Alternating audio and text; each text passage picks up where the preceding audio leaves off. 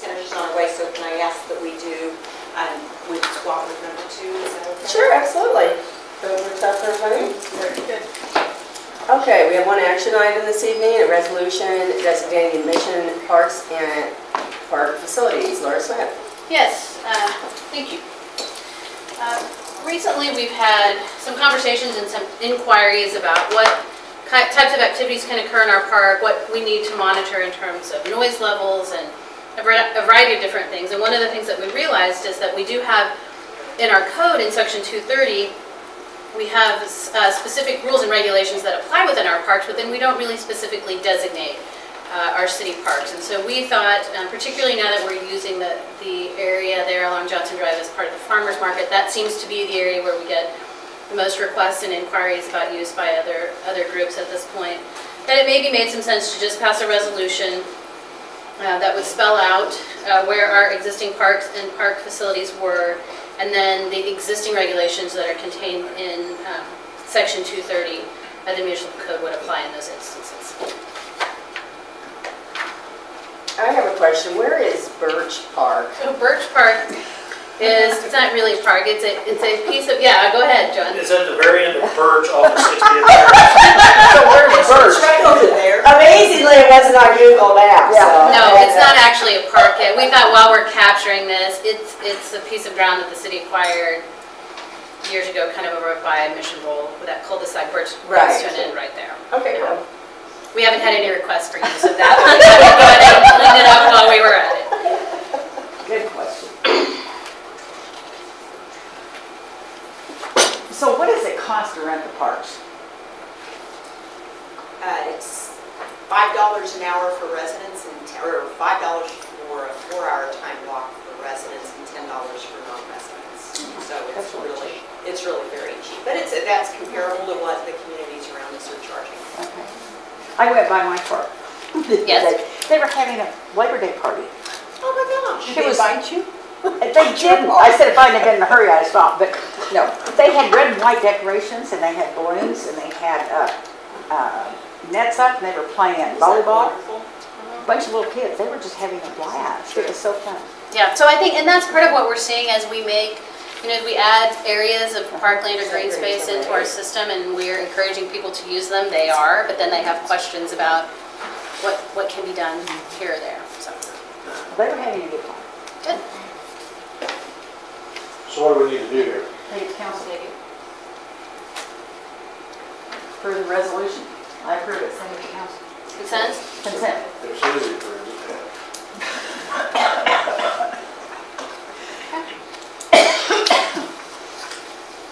All right, so it looks like. Keep going. We will know when she lands. Oh, yes. Will not be a surprise. I think maybe second half at the door. Wait, you see. We'll stand up. No. Yeah. We'll know when she gets. We'll hear her before we see her.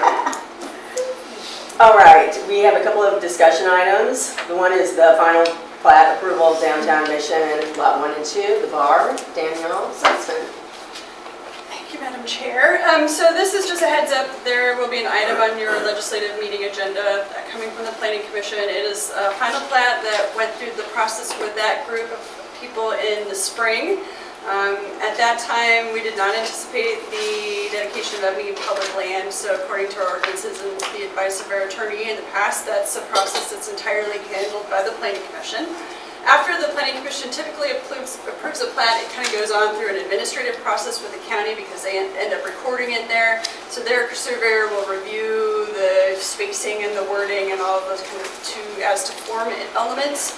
But they also do look at some of the land designations, and they raised some concerns on their end that they wanted to see the Johnson Drive, the section of Johnson Drive that's contained in that plat, rededicated because what they had on file previously was so old and was really not as clear as they would like it. So when an opportunity comes, they want that clarified. So they returned it back to us and said, could you please include dedication language for Johnson Drive on your plat, in which case it does need to come to the City Council. So because of their request, it will be coming, basically just continuing on the path of approvals that had already started. So it'll be on your agenda for this month. The plat was created because there was a little bit of land that the bar wanted to acquire so they could expand their parking lot. So it had never been platted before, so they basically created 2 lots where there had been 2 parcels and just swapped the land at that point. So really that's what started all this, and this is really just bookkeeping at this point. Happy to answer any questions. Sounds good. Sounds good. Thank you, Danielle. The next item is, again, it's a discussion item. It's Johnson Drive green space and sidewalk use. Emily Randall. Hello, thank you. Just wanted to bring your attention to the fact that recently Danielle and I attended a meeting of the Mission Business Partnership to discuss use of public sidewalks in particular in our downtown district, but also kind of related to the green space. As you know, since the Johnson Drive reconstruction and the wider sidewalks that came along with that, different businesses have taken advantage of the extra space in different ways. We really like that activity and that creativity and that welcoming that you can do to your customers, toss open your doors and set some merchandise outside and sort of invite and show that vibrancy in the district. But we realized that we had never really talked with the businesses about what might not be encouraged in that kind of activity. And now that we have the Mission Business Partnership to engage with, we thought it would be a great time to kind of get on their agenda and reach out and just bring up the issue. And so we talked about what we want to see, and that how exciting it is that the tenants there are taking advantage and using the space. And that what our prime concerns would be from the city's perspective would be maintaining passage for people to walk through, and also no damage to the infrastructure. So we have an interest in preserving what we did invest in terms of that hardscape. And so any kind of use of the area that would be harming that hardscape would be a concern to us, and we'd want to protect that investment as well. So we had a great conversation and just tossed out some examples, and they were really engaged with the conversation.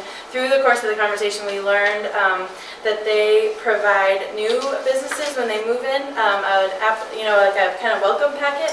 And so we printed what they use now.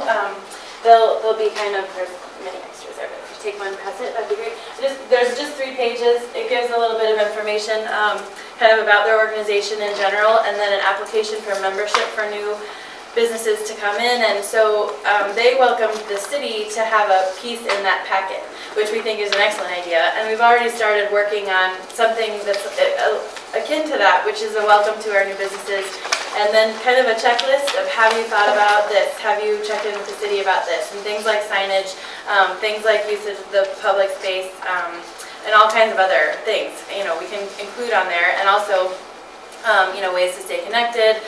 Do you follow the city on Facebook? That kind of stuff. I mean, just really just a welcome and getting us off on the right foot as they join our community. And so we were excited about the invitation to do that, and we'll be following up and contributing a piece to their overall welcome packet. And that will give us a touch point with some of these that goes beyond just a here's your business license, in a way that kind of opens the dialogue and raises awareness of, if you're thinking about using the public space in front of your storefront in a different way, check with us first, and we'll just walk through things like that, and we can just kind of have an open dialogue about ideas, and without kind of stifling that creativity or coming down too hard to cover all the bases. Let's just talk. And it seemed to be well received, and so we'll keep that going and get the piece included in the packet and see where we go from there. All right, perfect. I think Yeah. Do our ordinances right now, do they restrict how that space can be used? Yes, my understanding is that if you went by the book, that pretty much nothing would be permitted. So it's just that you won't engage in activity. Is that a fair statement? I think that we don't spell it out clearly, and we don't make exceptions for any kind of the activity that we would want to see, and we don't have a process for approving things that we would want to see. So You're talking about not wanting to block the right, and people walking, because we do want to make that real walkable. right. So how do you prevent somebody from just, if we don't have anything on the books, saying you can't go out more than 20 inches or whatever, 32 inches? Yeah. Something specific, what stops them from just taking up the sidewalk? My understanding is if it got to that point, we would be considering that a hazard, which we would sort of have some sort of leeway around in terms of handling it through code enforcement or other sort of notices. But we haven't identified anything particular. We would have to interpret what was going on to fall under a category of thing that we also patrol, which would be something like safety, which I think would be doable if we thought it warranted that. John, did you want to add something? I would add to that. I would say we've looked at those ordinances and we think eventually we'll probably bring something back to you suggesting how we'd like to handle this. We want to kind of get a feel for what the business community needed first before we started drafting up Okay, cool, yeah. rules that we didn't have a good idea of what really would fit with them. I think right now our ordinances are probably pretty restrictive, and so we'll probably be coming with you to say, here are the things we think that should just automatically be allowed in that space that don't have an impact on the infrastructure, aren't a concern for the public traveling those ways, that would automatically be okay. And then here are the things that if they were questionable, what process would there be to handle an approval to allow something maybe more intensive than business as usual kind of thing. So we're still kind of in the early stages of getting a feel for, now that we have these great spaces, how to regulate them appropriately. Yeah, cool. Yeah, I would like to see something in writing, because I don't think you can just pick and choose. I think we need something down that's permanent. Yeah. Because I have a real problem with a couple of them, and I think those are the complaints that we're getting, is that, like Vintage Mission and some of those that just really look cool, they take their stuff in at night or on the weekends, and people can get past. But I think when you've got a Mac Hardware who stacks things up the whole length of the block and cleared as far as he can go, and it's all building materials, I think we need to differentiate and make some rules. I just don't want it hopscotch. Can you give us some feedback on the sunflower parade? That's all you. Well, I'm sure you've heard what I've heard, which I think it was extremely well received, and I saw really big smiles on the parts of the Mission Business Partnership who, were coordinating the event, and I know they were paying attention to lessons learned right from the start. So they know they'll, tweak some things next time. But I mean, I thought from the public's perspective, all the feedback I've heard has been extremely favorable. But I don't know if any of you have heard anything else? No, I just, there were lines of people. What mechanisms did they use to get the word out that was besides just general social media and things like that? I was shocked at how many people were lining the streets. Yeah, I think part of it is how widespread the involvement was in the participants. So obviously you have people in a parade and they bring families and they come and watch. But also so many of the business partnership members had a stake in it, and they would be hosting a particular booth, or their store would be having a particular sale. And so they're using all of their channels to advertise the event. It wasn't just one entity pushing. And so I think because you had so much buy-in coming from so many parties that it just kind of took off. So I think that was my take on it. A lot of the businesses said they never had such great business. Yeah, wonderful. felt like pretty good day in Mission. Yeah. All right, anyone else? Well, I guess we'll go ahead and have Jenny Smith come up. Sorry for my lateness, I apologize, council, sorry guys. How was your trip? Sorry. My trip was great. We did see buffaloes, we went to the Buffalo Ranch, we got a tour, we got to do uncovered wagons, so yeah, I've had a fun day. So This was one of our joint trips that we did a partnership with. correct, I went with Shawnee Parks and Recreation today, so yeah, it was a really wonderful trip. We had 43 people go with us, and nothing but big smiles and lots of bison meat went out the door today. So yes, we had a very great day, so thank you for your patience. 43 from Mission? 21 from Mission, 22 from Shawnee. Okay. So, That's good. yeah, we had a wonderful turnout. So I noticed somebody saying, thank you, Emily, you were quick about that. I do have some handouts, so you guys can have them if you would like to take notes, make notes. There's a few slides that I'm going to go through fairly quickly, so you can have this for your reference later. I'm sorry for the trees that I've hurt with this. I would have been better, but I was trying to be very quick today, so I apologize for that. I normally don't print this much. Recycle them, guys, yes.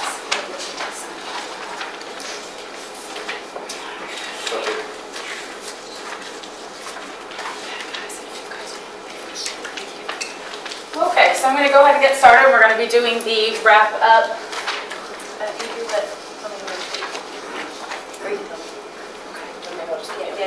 color. Okay, so we're going to do the 2017 wrap-up for the Mission Summer Camp and the Tween and Teen Summer Camp that we offer at Sylvester Powell Jr. Community Center. So first slide is going to be a little bit of an overview, and I'm going to give you a little bit more information that's on this slide. This was kind of some key points that I wanted to trigger for me. We split our camp into two different camps. We have Mission Summer Camp, which is for ages 5 to 10 years old. We take 125 campers for that camp.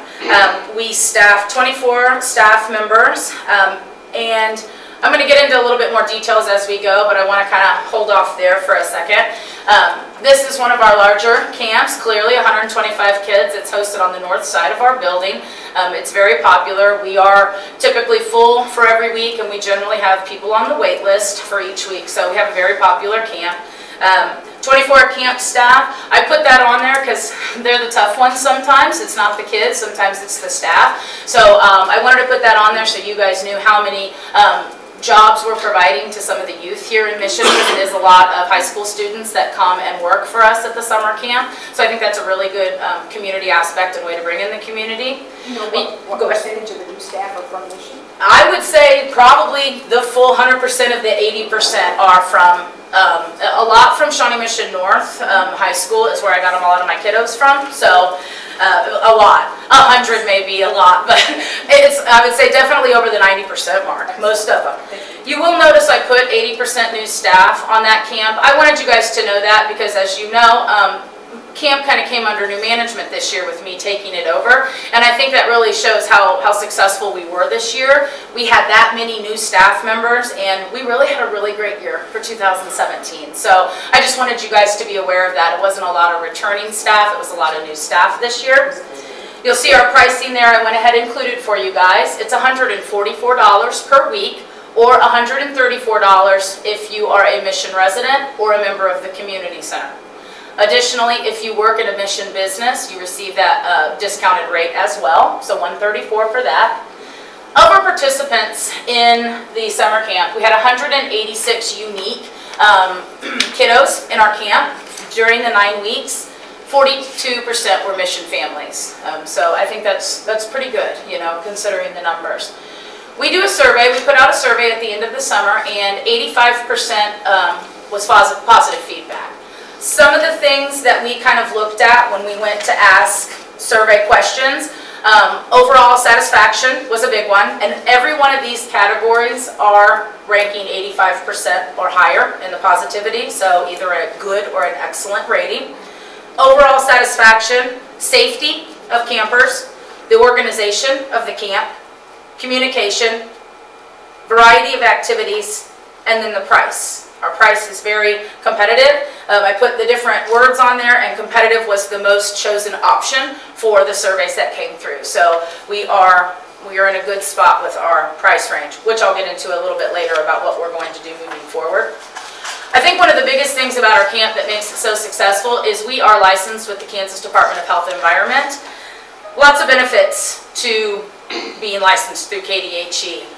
For the staff, it helps us establish camp staff requirements. This allows us to make sure that they get the proper training. It helps drive what we're going to teach them, and it streamlines our camp procedures. Everybody knows what's expected of them per the KDHE regulations. It also establishes excellent safety protocol regarding fire and tornado drills, emergency procedures, medication administration, and paperwork for all campers. We need a lot of paperwork when we deal with the kiddos 5 to 10 years old. It helps us streamline what paperwork we need for them. It also helps parents with new or returning campers. It gives them a sense of peace and just peace of mind, knowing that their campers or their children are going somewhere that is licensed with the state, clearly in a safe environment. We pass yearly inspections. This year we had one of our best inspections that we've ever had on record. Hardly any things were wrong. I hate to even say wrong because they were really minuscule things. And she said it was one of the best inspections that we've had. So very, very pleased with that. TNT is the other camp. It's all kind of housed underneath the same, but we do split them out in-house. TNT is for 10 to 15-year-old children. We take 55 campers in that camp with 12 camp staff. Not quite as many new staff. Everybody tends to love TNT. They have some pretty sweet field trips, so a lot of staff comes back. About 40% new staff for that. Pricing for this one, I broke it down, and you'll notice I have two different prices here. $149 and $139. Those are for our non-premium weeks. For TNT only, we have what we call a non-premium and a premium week. The premium week includes a premium field trip. Field trips include Worlds of Fun, Schlitterbahn, Oceans of Fun, a little bit elevated, a little bit more expensive field trips. It's an extra $25. So that's what that premium week is down there. As we go through the slides each week, I've detailed out what is a premium week and what is not, so you will see that as you go. I wanted to put that in there so you kind of knew there was a price difference. We had 86 unique campers for TNT this year. 33% were mission families. TNT parents were very happy. All of our surveys came back in the 90 percentile. So 90% were good or excellent, which I think is very good. And again, it kind of went over the same things that I touched base on before topic-wise. I'm going to kind of move on. We're going to go to the next slide. Now, we do what we call our add-on programs. This is a very beneficial addition to our camp. This allows parents to put their children, their campers, into additional programs rather than just doing the summer camp. You will see I've listed them all out here to the side. We currently offer, we did this year, swim lessons, tennis lessons, guitar, basketball, drawing, Lego program, robotics and video game design, which this was the first year for that, and it was incredibly popular, so that will be back. And then a soccer skills program. Increased attendance across the board this year. Our swim lessons were full back in April. Our tennis lessons got close to full as the summer got started. And basketball and the video game design and robotics were new, and they both had incredible attendance. The basketball, I had to turn parents away because we just didn't have the gym space. So next year we're going to run it twice.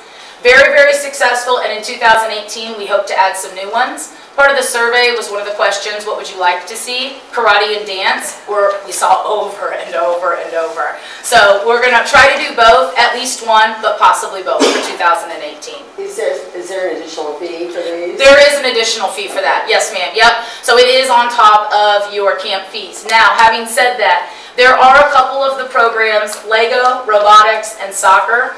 They're longer programs. 3 hours is how long they take. Because they're gone from our camp for 3 hours, we do cut them a discount on our camp for that. It's a $30 discount because we don't have them all day. It doesn't really seem fair to charge them full price. Okay. So are you having professionals coming in to teach all these, or how are you doing that? It depends. Now, and you'll see on this slide here, the first 3 where it just has lessons, those are done in-house by our in-house instructors.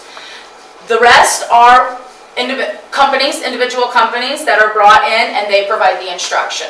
They're third-party providers that we use throughout the year, but then they also provide us some programming in the summertime. So yeah, the swim, we use the lifeguards, the swim instructors. We have tennis. We have a great woman who does our tennis lessons. She's been doing them for years. And the guitar is something we've just recently added. I wouldn't say guitar was one of our huge ones this year, but we hope to grow it, and maybe if we brought a professional in, that might change that a little bit more rather than it being an in-house instructor. Our third-party programs are definitely more successful. So yeah, great question. So kind of the next slides, what I've kind of put together is each week, I just wanted to give you guys the breakdown of each week. I will not spend much time. This is more so for your information. I wanted you to see how many campers we had. Each week, each camp does a field trip, and so you'll notice that I put those in. We do visit the Mission Family Aquatic Center 3 times a week, and that's every week. We go there every week. We love the Aquatic Center. It's a really good way for us to spend our afternoons, and the kids really love it. So I also included the add-ons that we offer. You will see, and I think this is what kind of drove demand for our add-ons, we don't offer them all summer. You have to go this week, or this week, and that drives attendance for it. And I think that's why our numbers end up being so high. A little bit of a supply and demand issue there. So I wanted you guys to know how often we offered those things. I literally went through and gave you every week, 1 through 9. So enjoy my themes, enjoy the field trips. Let me know if you have any questions about any of those. I do want to point out a couple different weeks, specifically week 6. We had a fun talent show. We've done a talent show with the Mission Summer Camp, so that is just for the little children, 5 to 10 years old. We've done that for, I think, 5 to 6 years. They've ran that program. It's incredibly popular. The kids look forward to it every single year. On Monday, they get in their groups, they figure out what their talent's going to be, and then they present a show to their parents on Friday at 3:30. It's overwhelming parent support. We have a lot of parents who come and like to watch the talent show. The kids put together little invitations, they pass them out to friends and families, and then they come and enjoy the talent show. It's really sweet. It's a really fun thing to have. So I wanted to make sure you guys saw that. And then also for week 7, we have some fun activities that we did. The Mission Police Department and the Consolidated Fire District number 2 provided lunch for every camper we had in the building on Tuesday, July 18th. And staff, I like to throw that in there because that's nice, we appreciate that. So they ordered pizza, we had drinks for campers and staff, and then they also brought their emergency vehicles out, and the kids were able to go out there and see the fire trucks and the police cars and the motorcycles. They had little giveaways. It was just a really fun day, and the kids really enjoy it. It brings something different to the day at camp. So that was a really fun thing we did for week 7. The other thing we did for week 7 is we did our World Fair, and that's in TNT only, so that's for the 10 to 15-year-olds. And on Friday, July 21st, the kids get into small groups and they choose a country.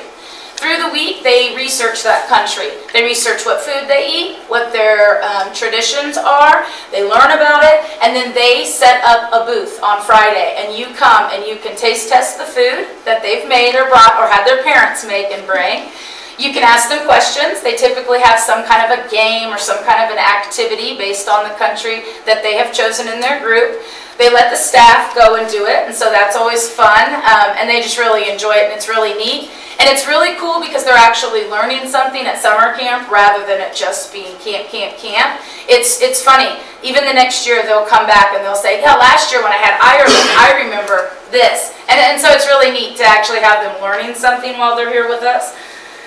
So week 7 is a busy week. We had a busy week, week 7. Week 8, kind of the same type of deal. It's got how many campers we have for each camp, what our theme was, and our field trip. Week 9 was our last week. It was water week, so we do a lot of water activities. A lot of water balloons get filled and popped on week 9. So fingers are sore, but the kids really enjoy it. I don't know that Brian Sullivan loves it because you can never get all of the balloon pieces out of the lawn. We try our best, but it never happens. But water week is always a fun week. Last week at camp is always a lot of fun. The last day is always kind of bittersweet. There's usually tears, lots of shirt signing, lots of pictures being taken, lots of numbers being exchanged at the end of the day so kids and campers can stay in touch with one another. So the last day of camp is always a bittersweet day. I always love it because see you next year, but some of the campers think not quite ready to go back to school yet. So as you'll see the next page, I just wanted to show you guys some pictures. This was some of the pictures that we took throughout the summer. A lot of the ones where they've got their arms around each other. On the right is the last day. They're saying goodbye to one another. Everybody just really makes a lot of bonds during the summer camp, and it's a lot of fun. The next page is good stuff as well. This is some of the financial aspects of summer camp. I put together a list of our total expenses and our total revenue that's brought in, and I do include the add-ons and extra shirts or anything that we sell additionally. I also put the scholarship fund in there. During the school year on our free family fun nights, we sell popcorn and concession type items during the free family fun night, and all the money generated from that goes into our camp scholarship fund. That allows us to offer a cheaper rate to families who are in need for camp, and we get several applications out there. Me and Christy go through them. We usually just say yes. There's not many we say no to. If you want to come to camp, we want you to come to camp. So it's really great to have that scholarship fund, and I hope to see that number double next year so we have a little bit more money to give away to campers. But we did okay this year. 2017 profit just shy of $75,000, and I'm happy with that. So I hope to again see that number go up next year. But for a baseline for me starting camp, I'm pretty pleased with it. But if you have any questions about any of that, please let me know. Yeah. And then really, guys, last questions, cutest picture in the world. I couldn't help myself. I had to put it in there and say we're ready for 2018.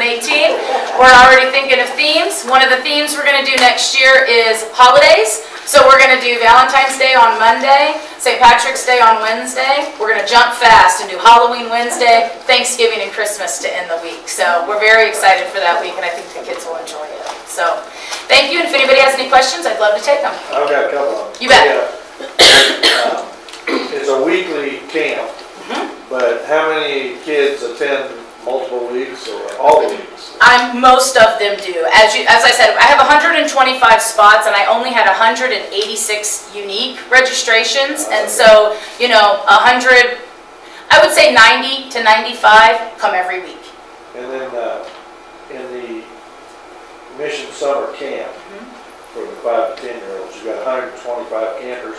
How many of those were boys and how many were girls? Oh, you know what, I'm going to give you a really political answer, and we were right down the middle, 50-50. I'd say we have 50% boys, 50% girls. Oh, is that a good enough answer? Well, you know what, I would have to look at that. I'll tell you. 62 and a half. Well, you know, and I would honestly say it's probably pretty close to an even split with that. If anything, I would say we probably lean heavy towards girls. Seems like we had more girls than boys this year, but I think that fluctuates depending on the year because we had more boys in TNT and Teen Camp this year. Well, I didn't mean to get you flustered with that question, but Chris told me to ask you. I literally was thinking, why do you care? How many boys and girls there are that? I'm going to look it up exactly, though, and get you a to the 10th number on that. And my face even got red. I could tell like this. I was not prepared for that question. So I'm going to wing it. Yes, Ron? Historically, I see that, historically, what is the breakdown of mission families? There's less than 50% mission families. Is that norm? Is this unusual? You know, that is not a question, Ron, that I would know right off the top because this is the first time that I've put together that end-of-year report. I would say those numbers are probably pretty normal, only because we get a lot of people from the outlying areas, people that are driving from Mission to go to work from their home, want to use our facility to drop their kiddos off. And so we do pull in a lot of people from the outside. Now, and where I got those numbers from, well, I wanted to look at direct Mission residents, Mission families that were here. Additionally, there are some Mission business rates, people that work in Mission that were not included, but I felt like I wanted to give you a really honest number regarding Mission families. I can definitely find that out for you. It's an easy thing to find out and a great question, so I will look into that and kind of find out, was this year a blip? Or is that kind of the norm? Yeah. It sounds like a great program, and I'd like to see more mission families take advantage of it. Well, we do Well, I'm glad to see open the up, outside right? communities come. We open up the registration to mission families first. And I don't remember how far in advance. About 4 weeks in advance of everybody else. So they do have, you know, the first pass at taking advantage of those spots. In the Mission areas, well, the school, I know Rushton has a program that they do, and then I know Antioch Park, which is also really close, has a program. And because they're an outside program all the time, they're a little bit cheaper than we are, and so we do have to be kind of conscious of that as well, where our price point is, considering we're in a building for air-conditioned camp versus the outside. So there are a lot of different things that kind of come into that. And appreciate your detail. I just want to tell you, your detail's great. It not only shows the revenue, but the expense. I like seeing those. That's really good. It's real helpful. Oh, good, good. What do you do with profits? Where does that go? It helps to It helps offset the cost recovery at the community center. You It's bet. one of our very successful money-making programs. It helps cover my wage, so I get to stay and work, which I'm okay with. And so, yeah, that tends to be where it goes, offset some of our other programming costs. So then, Jenny, how does this profit compare to last year or the year before? Good question. I wish I'd have pulled up some more past information because I'm not sure. I have not actually seen any other end-of-year reports from the summer camp program. So this is kind of why I fairly feel like I'm starting from scratch. I wish I had those answers, and I will find out what those answers are. I do think this is probably one of the highest. One of the highest. Yeah. But we can pull that easily because we've got those from the last That's okay. presentation. So That seems like a good profit. it is. That's good. Yes. I agree, I do think it is higher. I stayed very full this year. I made sure camp was full and, you know, we kept things moving and grooving, and I cut costs. I tried to cut costs. And that's one thing Jenny did do an excellent job at, is making sure that when she went out to buy things, it was things we actually needed and not stuff that was just going to go in a closet and might sit there. So she was very diligent in that. Hats off to her for that. One of our best cost-cutting methods this year was our snacks. We actually ordered snacks this year through Cisco, who is who the pool concessions come through. It was able to cut our snack budget by half, which, as you'll see on my expense sheet, we spend about $4,000 on snacks.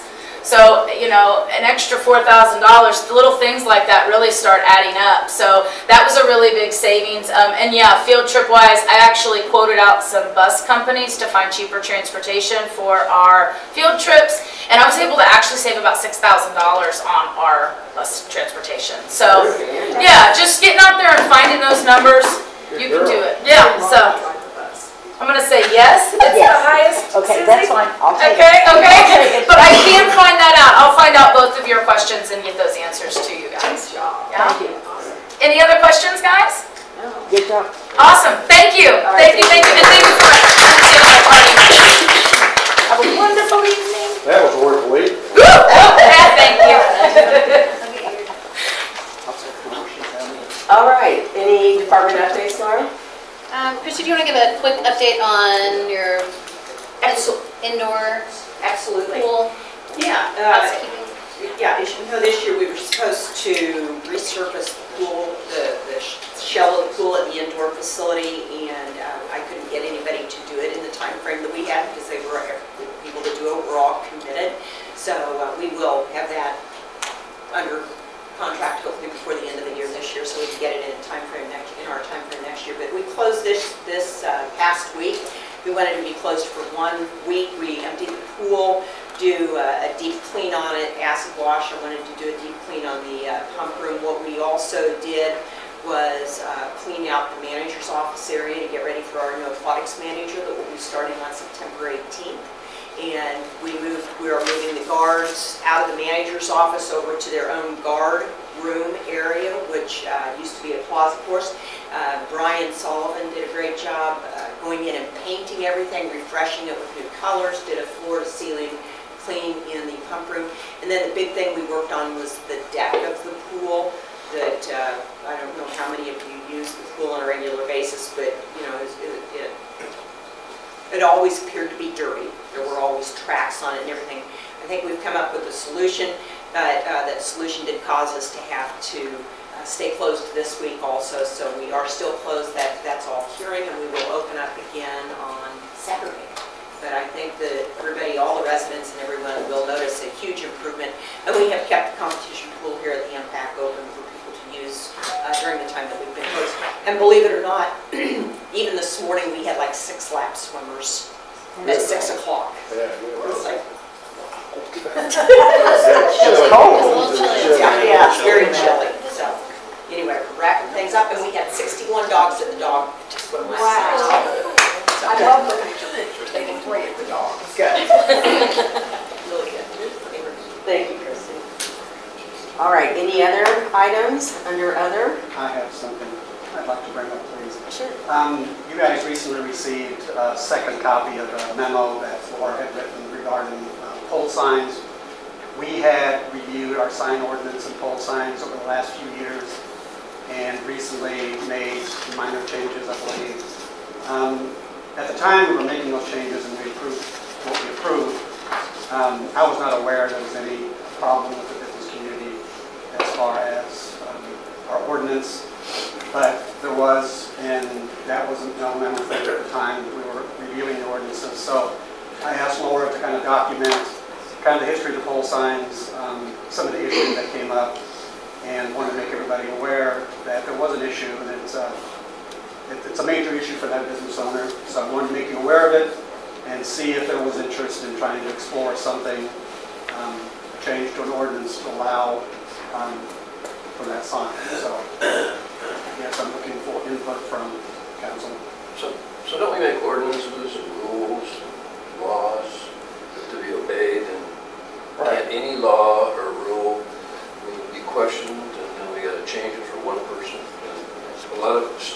lot of time in this. I mean, our city council, we've all voted for this unanimously. The board of zoning, they voted cases not to have another, you know, there was again, it was a non-conforming sign, period. So it seemed like, I mean, this is like a dead issue, dead horse. And I accuse you of bringing up a dead horse before city, but it just seems like we made a decision on this.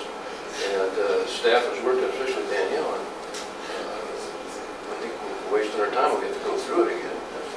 That's my personal pole sign. As you started your discussion, you said ordinances are made and to be reviewed and can be changed, so you're kind of contradicting yourself. Yeah. On one hand, But you're we did swear oaths to uphold the ordinances of the city of Michigan.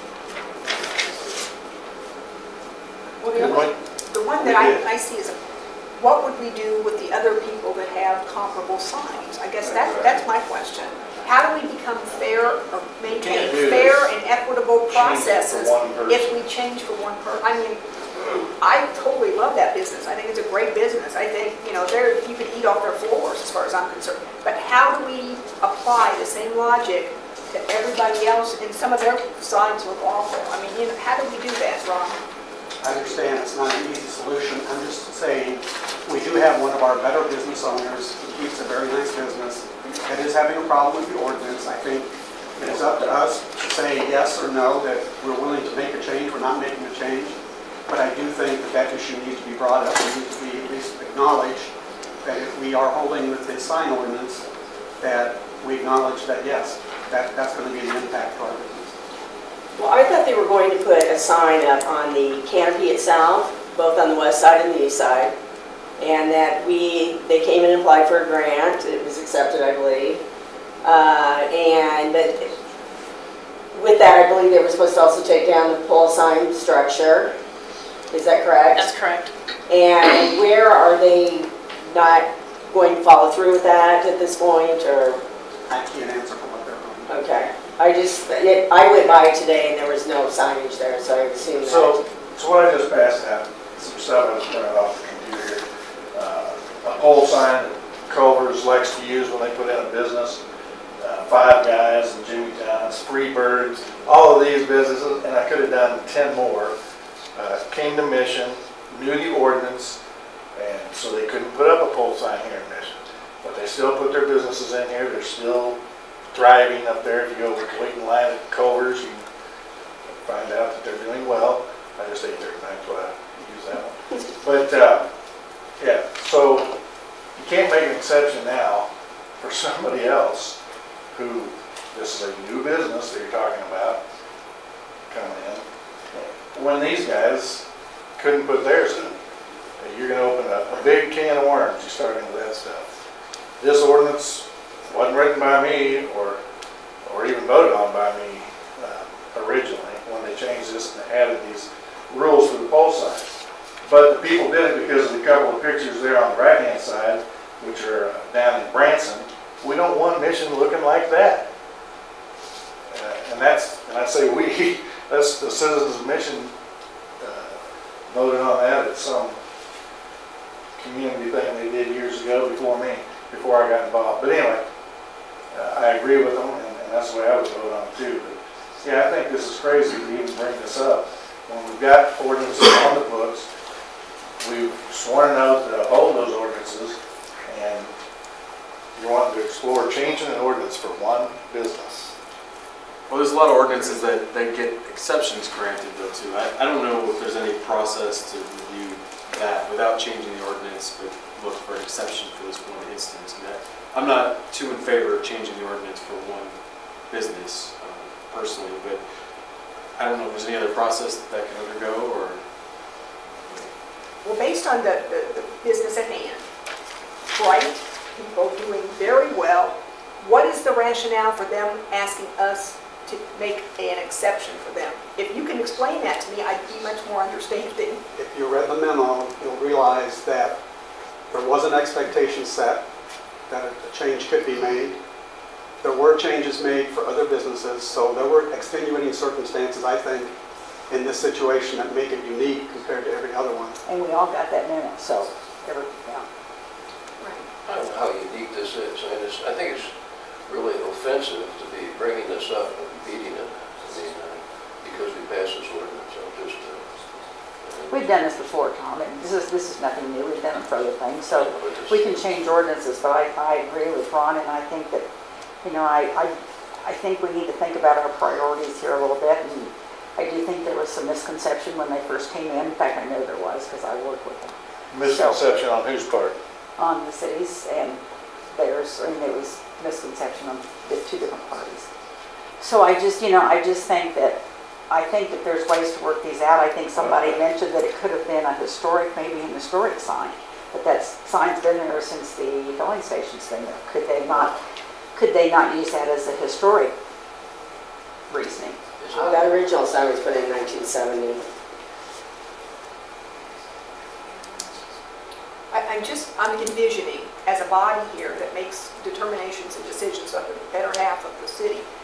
If you had 40 businesses sitting out there and they all had signs, what's your anticipation of us explaining to them why they can't have that? Right. If we have an ordinance on the books. I'm not trying to be controversial, I'm just asking. How do we, in this body, based on what our responsibilities are, how do we grant that? I mean, if you're going to tell me it's historic and it meets a grandfather clause or something, I just need some information conveyed to me that, on a logic level, how we explain it to 39 other people, you can't have it, but this one can. I'm not trying to be controversial. You may be getting the same questions asked from Village Inn, and you may be getting the same ones from Discount Furniture, because I know they're thinking of wanting to change their sign, their full signs. So, I mean, But the purpose of this was just to make everybody aware, to see if there was an appetite for change. So that's the purpose of bringing it up. Not only do I not have an appetite for change, I think we need to enforce the ordinances that we've got on the books. And I don't know what we're doing on that, maybe I'm wrong, it doesn't seem like we're enforcing that. I mean, that sign that's in question shouldn't even be in question because it should have been down by now, from what I understand. Yeah, to be fair, we just made changes to allow Mission Bank to reface their sign too, and made a different clause. Did Mission Bank actually, was there a change in federal ID number? Does anybody know with that? Because they changed names. Yeah. I don't know, that's a good question. I mean, generally, when I think of a business changing hands, I think of a federal ID number change.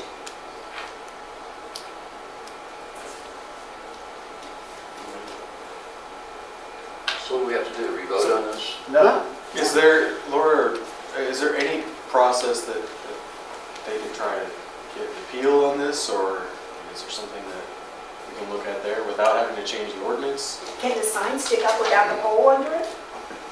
Well, I'm Well, trying. that still apparently isn't meeting the code that's in place.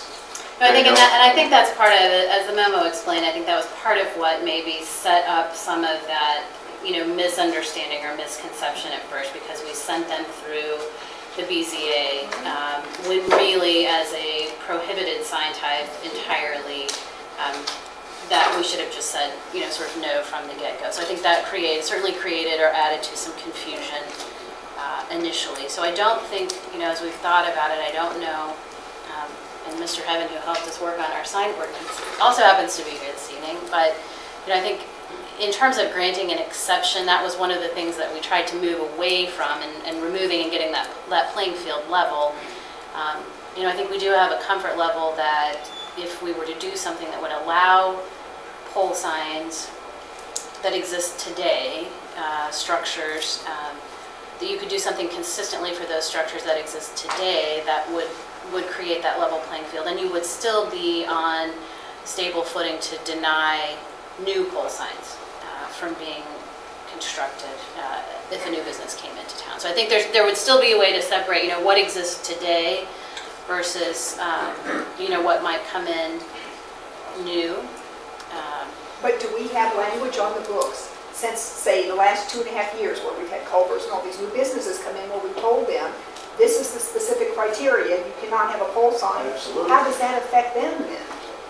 I mean, I guarantee you they would like to have a pole sign up there being right off of that cab. Absolutely. But they understood that they couldn't do that. They came in anyway and they're doing fine. well, I don't really think it's business. Casey's does better business than most of the businesses have ever come here. I don't know, well, think it's I'm just saying, it's if that's what he's nostalgia. worried about, nobody will know he's there. That kind of business, it's word of mouth. I don't think it's that. I don't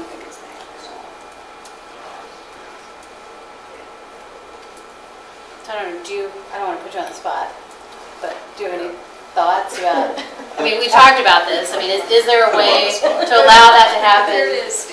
Yes, if there's an appetite for that, but if there's, again, I think we can confidently say that we could still look to the other businesses without pole signs or new businesses that would come to town, and that could still remain a prohibited use.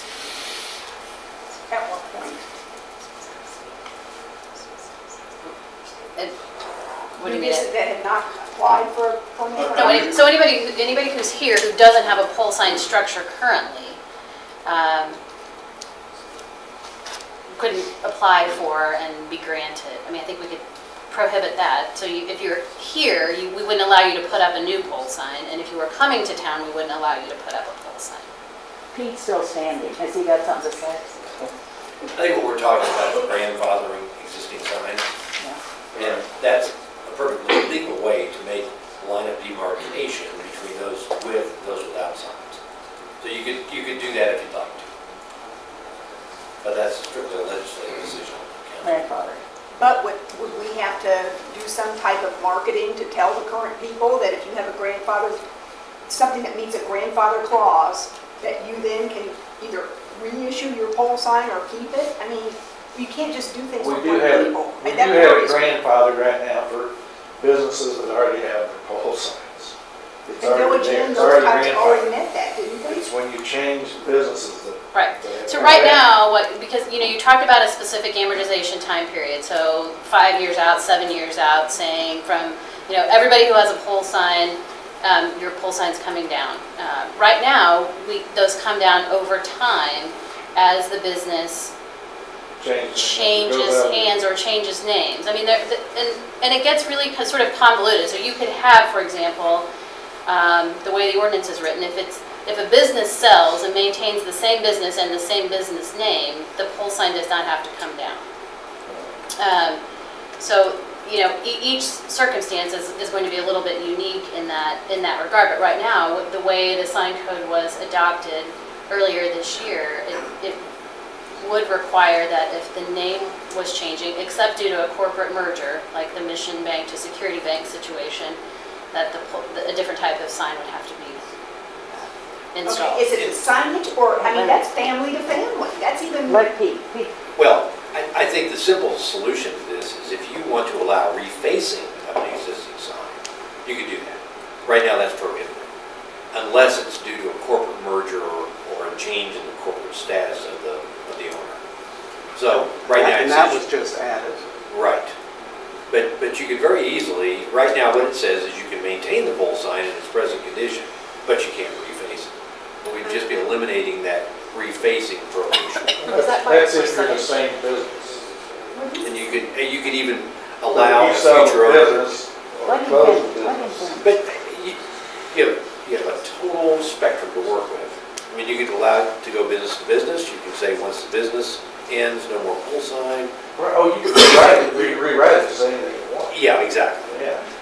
I'm saying the way it is right now, it's. You can't reface it, and if you sell your business, you can't have it. Can you give us some clarity on what their actual request was? Because from what I read, it wasn't just refacing that sign either.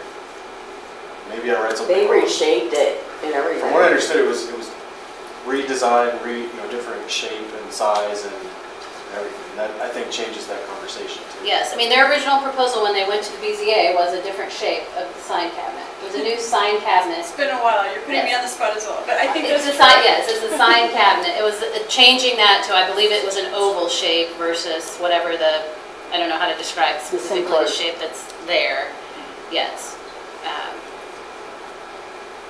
So that was more than just changing out a panel, if you will.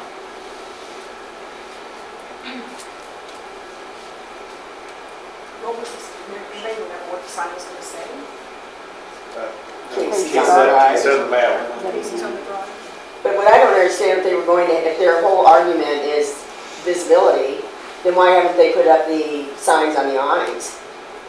you know, on the east and west. That would certainly give them as much visibility, if not more, because they seem relatively large.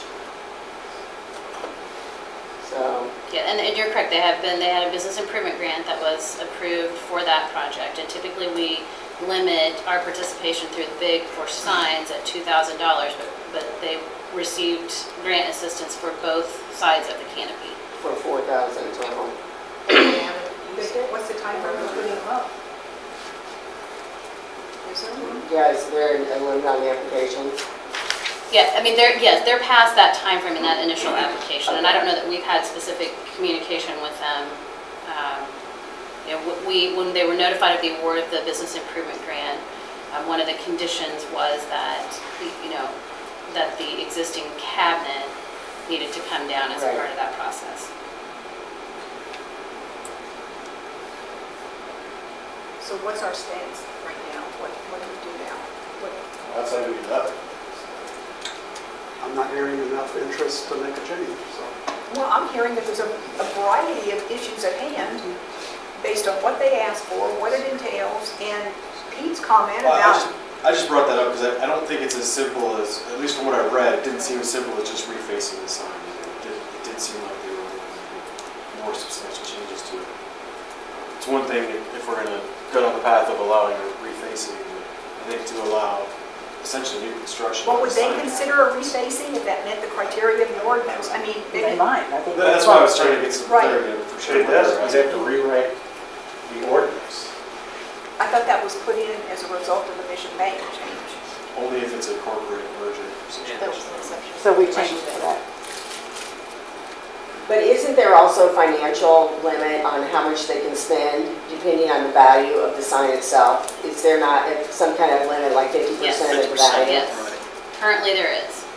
So would they, even if they wanted to reface this or whatever you want to call it, I mean, I would believe it would be substantially more money than what the sign is, even current sign, pole sign is worth. That would be my guess based on the cost that we were talking about a couple of years ago.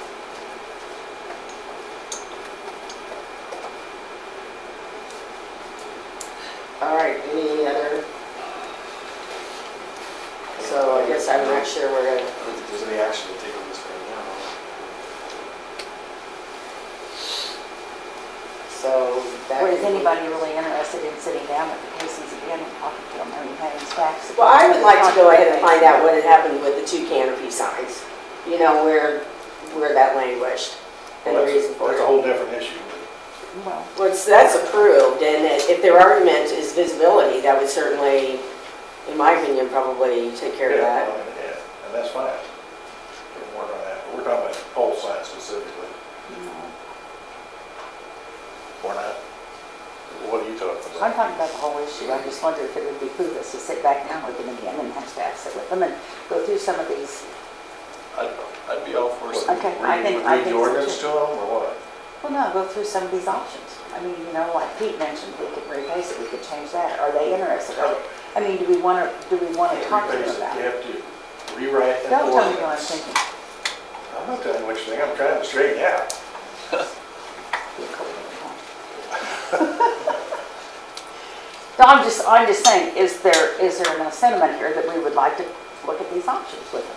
Well, I think we need to know what the option, we need our stuff, all our ducks in a row before we ever go back to them, because I think they've been upset by a variety of things. I think we need to know what is a possibility Right. before Why we would ever you- go back and Why say would you want to go Well, back then do you want and to give them revisit that then? that there's some kind of hope for this when Right, I kind of concur it with may not be? that.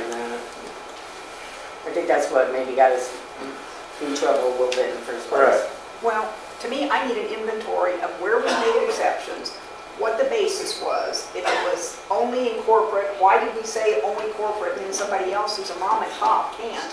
I mean, I need I'm a visual person, I kind of need to see where we've garnered support for exceptions, who is impacted, and those kind of things, before I'm willing to sit down, because we've worked a long time on getting rid of pole signs, years, and, you know, it needs to be in the best interest of the city, and the business needs to be on board with it too. But I'd like to see if we granted exceptions, what the basis was for those, how long ago it was, if we had, and I don't want to put staff through a lot of trouble, but if we're going to, I don't want to sit down with anybody, with them thinking they have hope for something, if we're off the board on that. I kind of like to know what our options are. Well, that memo was supposed to accomplish that task. That was supposed to be a history of what has happened, what's transpired, why this is a unique situation, and why when you say you want to make it a win-win for the businesses and the city, I don't think I think you could make it a win-win for both, because I think they have competing interests. But I think that memo was supposed to do all that for you, to outline all of the factors in this situation. Is there any other business you're aware of that's had anything comparable to this? Where they're asking again and again to please reconsider things?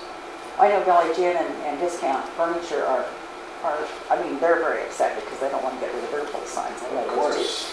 And Of course they are. We're not talking about them getting rid of theirs. This is. she was asking about some history. Sure. There was some history in the packet that did talk about signs that had gone up to the BZA. Yeah. Yeah, and we also had the one at the dealership. Right, so There were- the Keystone Nissan, Oh. Chrysler, Yeah. back in 2009, and Right. that was, we created an exception that included, I think, 5 or 7 pole signs within 1,000 feet of that Johnson Drive and Metcalf intersection. That was one of the things that when we went through the sign code revision, we talked about, and we eliminated that exception, so that put all of the existing pole signs sort of back on that same level playing field. And I don't know, I know that after we adopted the sign code ordinance, I do know that the folks at Village Inn came in and spoke with Danielle about their sign and the possibility of eliminating their pole sign. That I think their attachment to their sign is as much about the changeable copy and being able to advertise specials as it is the height of the pole sign and that visibility.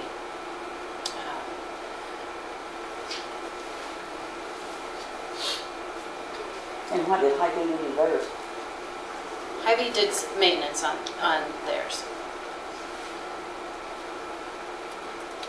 So how should we proceed on this? I'm going to ask staff for guidance. I haven't heard consensus that you want to revisit the issue, but I mean, I think that's, I said no.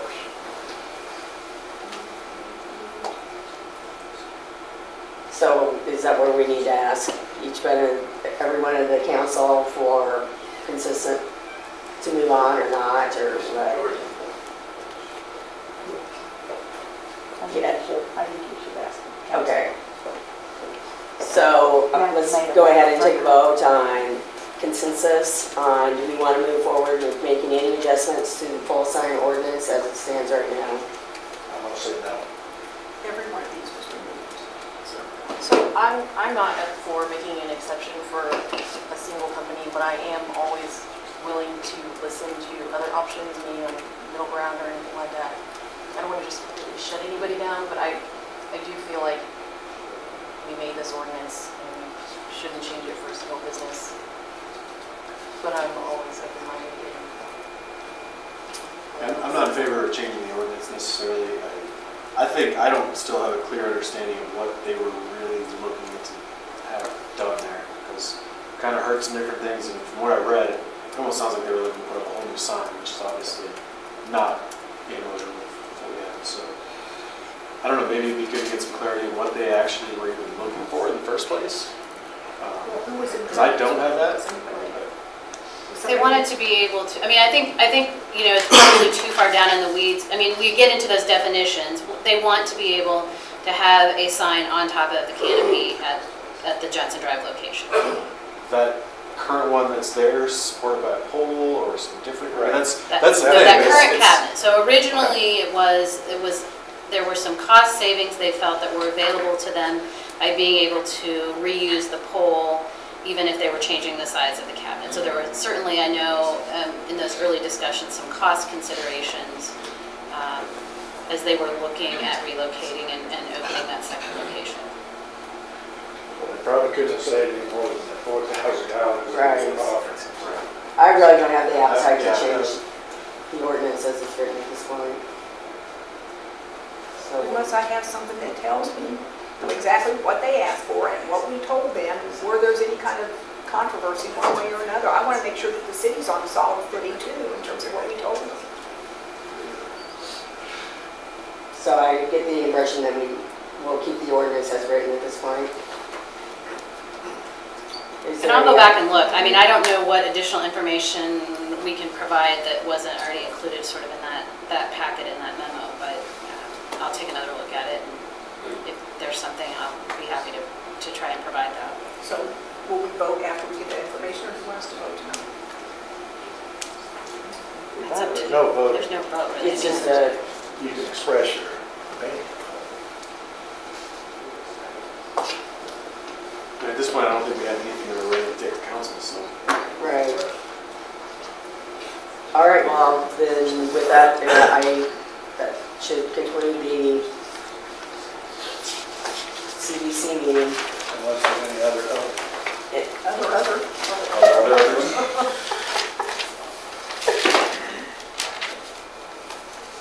Does anyone need a break, or are we good to just move on? 5-minute break? All right, well, let's take 5 minutes, we'll get started at just after 7:40.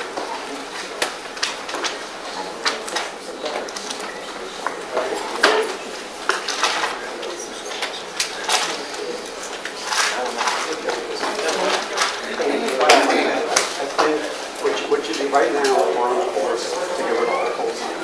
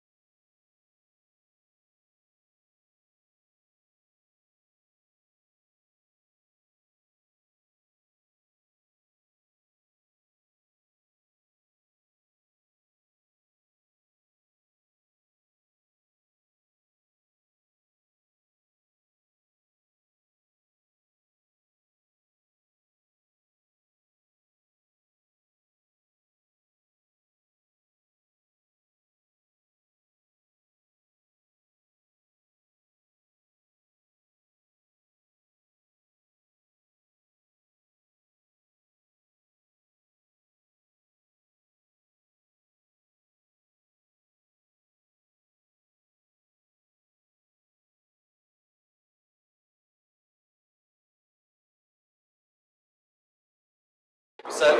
Yep. All right, let's call to order our Finance Administration Committee meeting for Wednesday, September 6th. First thing we have on the agenda is an update on the Mission Trails development. So Laura, if you would please go over that. Yes, thank you, and I'll kick it off. We do have Bruce Kimmel with Ellers, Pete Hevin with Lathrop Engaging, Gary Anderson with Gilmore and Bell here, who've all touched parts and pieces of this Mission Trails development project. As you know, since January of this year, we've been engaged in discussions with the EPC Real Estate Group about redevelopment of the property at 6201 Johnson Drive to convert that into, demolish the existing building and rebuild in its place a 200-unit market rate apartment complex with approximately 5,000 square feet of retail space and frontage along Johnson Drive, a structured parking facility that would include public parking and overflow parking for the community center. We have been through the process. It's about a 2.7-acre site. We went through the process of designating and creating a redevelopment district, or TIF district, on that site. I went through all the required public hearings and public notification processes. The school district, county had the opportunity to review that, did not exercise the veto on that, so the redevelopment district was created. We've continued to move forward in looking at consideration of the TIF project plan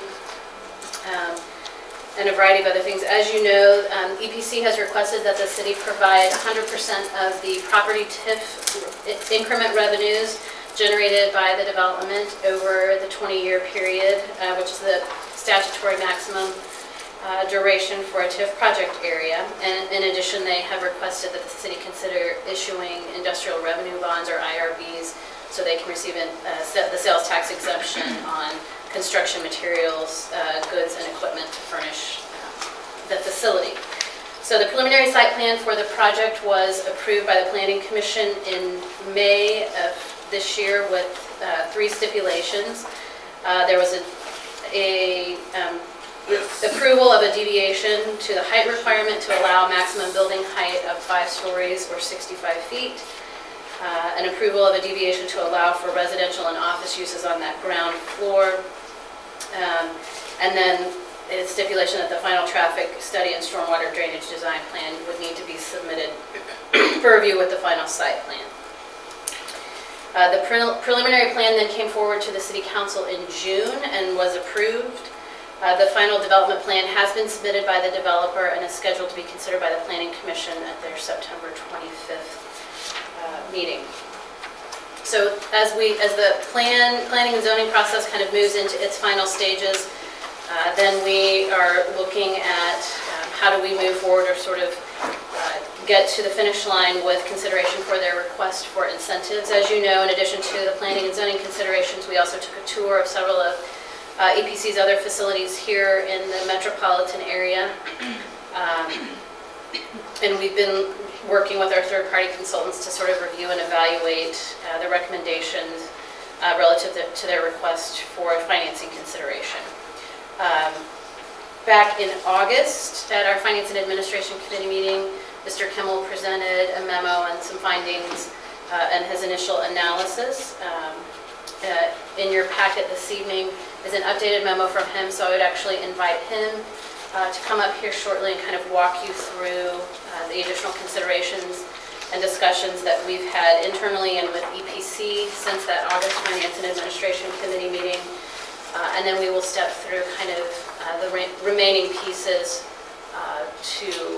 that we would see advancing to the September 20th City Council meeting, which would be an ordinance approving the TIF project plan, a resolution of intent for the IRBs, and then the development agreement, which sort of memorializes all of the deal points. So with that, I'll ask Bruce to kind of come up and update you on the financing. Thanks, Laura. Thanks, committee members. Nice to be back.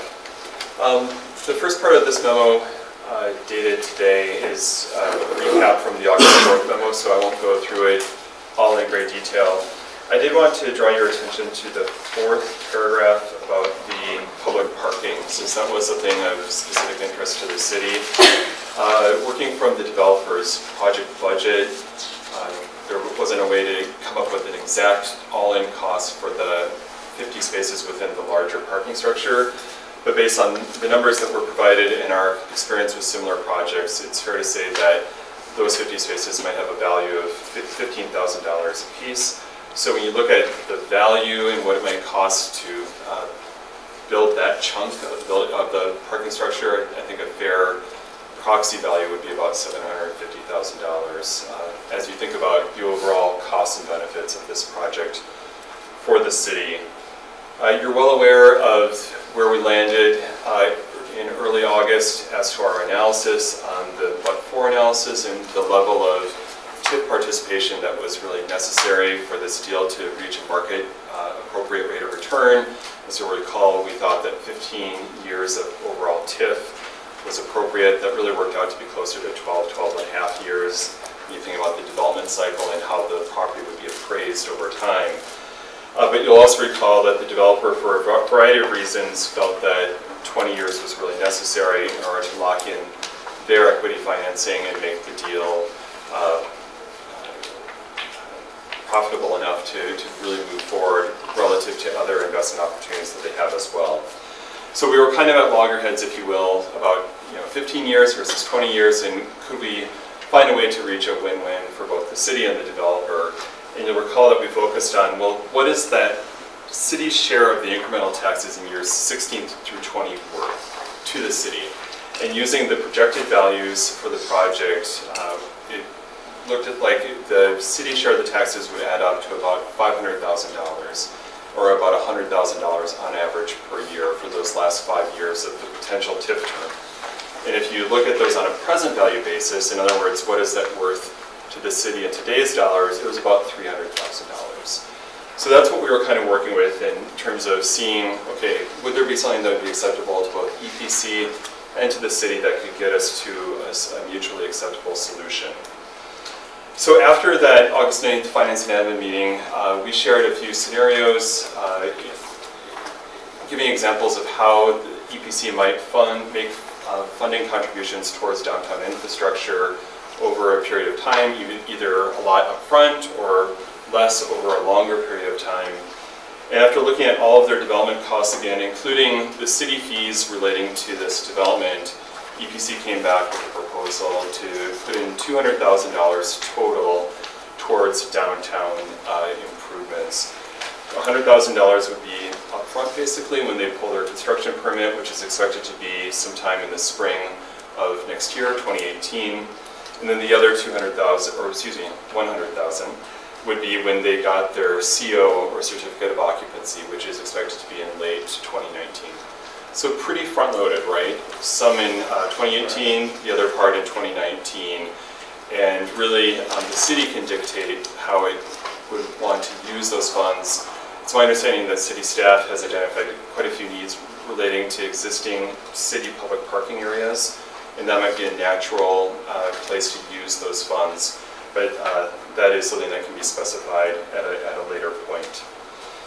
So again, just to emphasize that $200,000 administrative fee or improvement fee, whatever Pete and Gary over there decided that we should end up calling it, would be in addition to the city's standard fees relating to development of this type, and also in addition to the IRB issuance fee, which would cover the city's costs relating to the issuance of the IRBs, which you'll recall is to achieve that sales tax exemption on the construction materials. Finally, in the second to the last paragraph, I talk about what is this value. When you think about the city's share of the taxes of a 20-year maximum TIF term, you're really, with this compromise, looking at giving them about 18 years on a pay-as-you-go basis. And while that is a lot, I would say that I would advise the company that you could find that to be reasonable based on what you're getting in return. Not only the $200,000 up front towards city infrastructure, but the other net benefits of the project that I list and that we've discussed at previous meetings. In addition, they've stated very clearly, and for a variety of reasons, why they will not go forward without 20 years of TIF. And that in itself does meet the but-for test as well. So I think between the financial rationale, the cost benefit for the city, and where the developer is at, I think you're on solid ground to say this deal, if you see fit to do so, this deal is worth moving forward and adopting. Finally, I did want to point out the whole question of present value relating to, you know, does this $200,000 compensate the city, if you will, for the $300,000 of present value that you're giving up by going to a 20-year TIF term versus a 15-year TIF term or something in that vicinity. And I wanted to point out in that last paragraph that it all depends on what number you use. The present value calculation relies on something called a discount rate, and that's meant to convey the time value of money. The idea is that $1 today is worth more to you than $1 5 years from now, or 10 years from now, or 20 years from now, right? And so the interest rate that you use to calculate that present value, taking sums of money from the future and saying what are they worth today, that interest rate is crucial to the calculation. A lower discount rate gives you a higher value, right? Because you're saying with a lower rate that you have a lesser time value of money, so that's going to, well, less of an interest rate discount or premium, if you will, the further in the future you go, so it's going to be worth more to you today.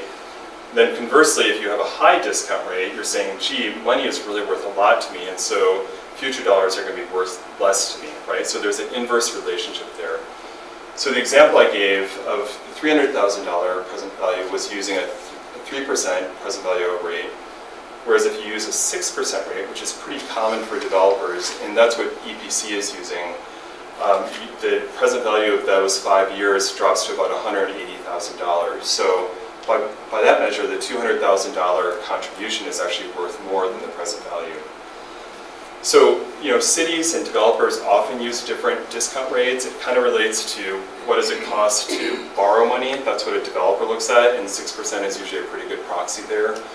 A city might look at what can you invest at, and even though investment rates have been low for the last few years, on the public side, it's often common to use a 3% proxy for present value. So there's no right or wrong, but I just wanted to give you that caveat to say, hey, you know, you really should look at the overall costs and benefits to the city. What are you getting with this project? And I do think it makes sense to consider the practical benefit or advantage of having money up front in 2018 and 19 versus uncertain property tax dollars in the years 2033 through 37. There's a lot that can happen either with the upfront appraisal that Johnson County puts on the development, how much Johnson County inflates that value by each year, or deflates if we hit a significant recession. And then, you know, what happens with the tax load over time? It might go away, or it might get more restrictive, in which case property taxes are going to be worth even less to the city in the future than they are now. So we just don't know where all those variables will go, and that indicates to me that it might also be worth more to take money up front than to insist on getting those taxes in years 16 through 20. That said, once the TIF is done, you will get all the taxes, right? All of the city share of the taxes, as will the county and the school district. So that's still in place. And of course, you will get franchise fees, you will get sales taxes from the first floor retail and other development-related revenues as well. So let me stop there and ask if you have any questions. That starts year one, once Right. occupancy. Those non-TIF revenues you get even with when they pull their building permit. And then right when they open and that first floor restaurant opens, then you start getting sales tax. And franchise fees. Yep. I may have misunderstood you, but I thought you said your analysis showed that a reasonable rate of return for this project would be at 12.5 years TIF. Right. How do we get from 12.5 years to 15 years? Well, by providing $200,000, that does knock down the rate of return. So what I'm saying is, we calculated the present value of the last 5 years to be $300,000. And that's from 15 years, 16 through 20. Right. But I thought you said the starting point was 12.5 years. So I guess I'm sorry, thank you for clarifying. So the 15-year term, because of how the TIF clock starts, as soon as you approve the TIF project plan, the first couple of years of TIF are going to be quite nominal. The third year is going to be a partial TIF year, depending on how much value Johnson County puts on the partially completed building. And then it's really only starting in year 4 of a 15 or a 20-year term that you would be having full TIF in effect based on a full completed value. So my shorthand of 12 and a half years was saying, if you were looking at a 15-year TIF term, it would equate to about 12 and a half years of TIF. So with this example, if you approve a 20-year TIF, it's about 17 and a half years. All right, thank you very much. Thanks, Bruce.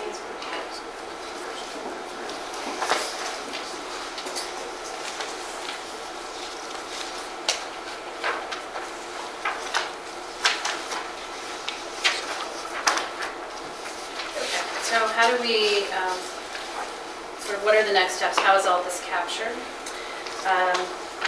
As we mentioned, we've established the redevelopment or the TIF district. We've held a public hearing on the TIF project plan. The next step there would be to consider an ordinance which adopts the TIF project. Again, that has gone through the Planning Commission. It's met the statutory requirements. The Planning Commission has reviewed it and found the TIF project plan in conformance with the city's comprehensive plan. We did hold the public hearing on the TIF project plan at our July 19th City Council meeting, at which time we didn't have anyone who spoke really in favor or against the use of the tax increment financing for the project.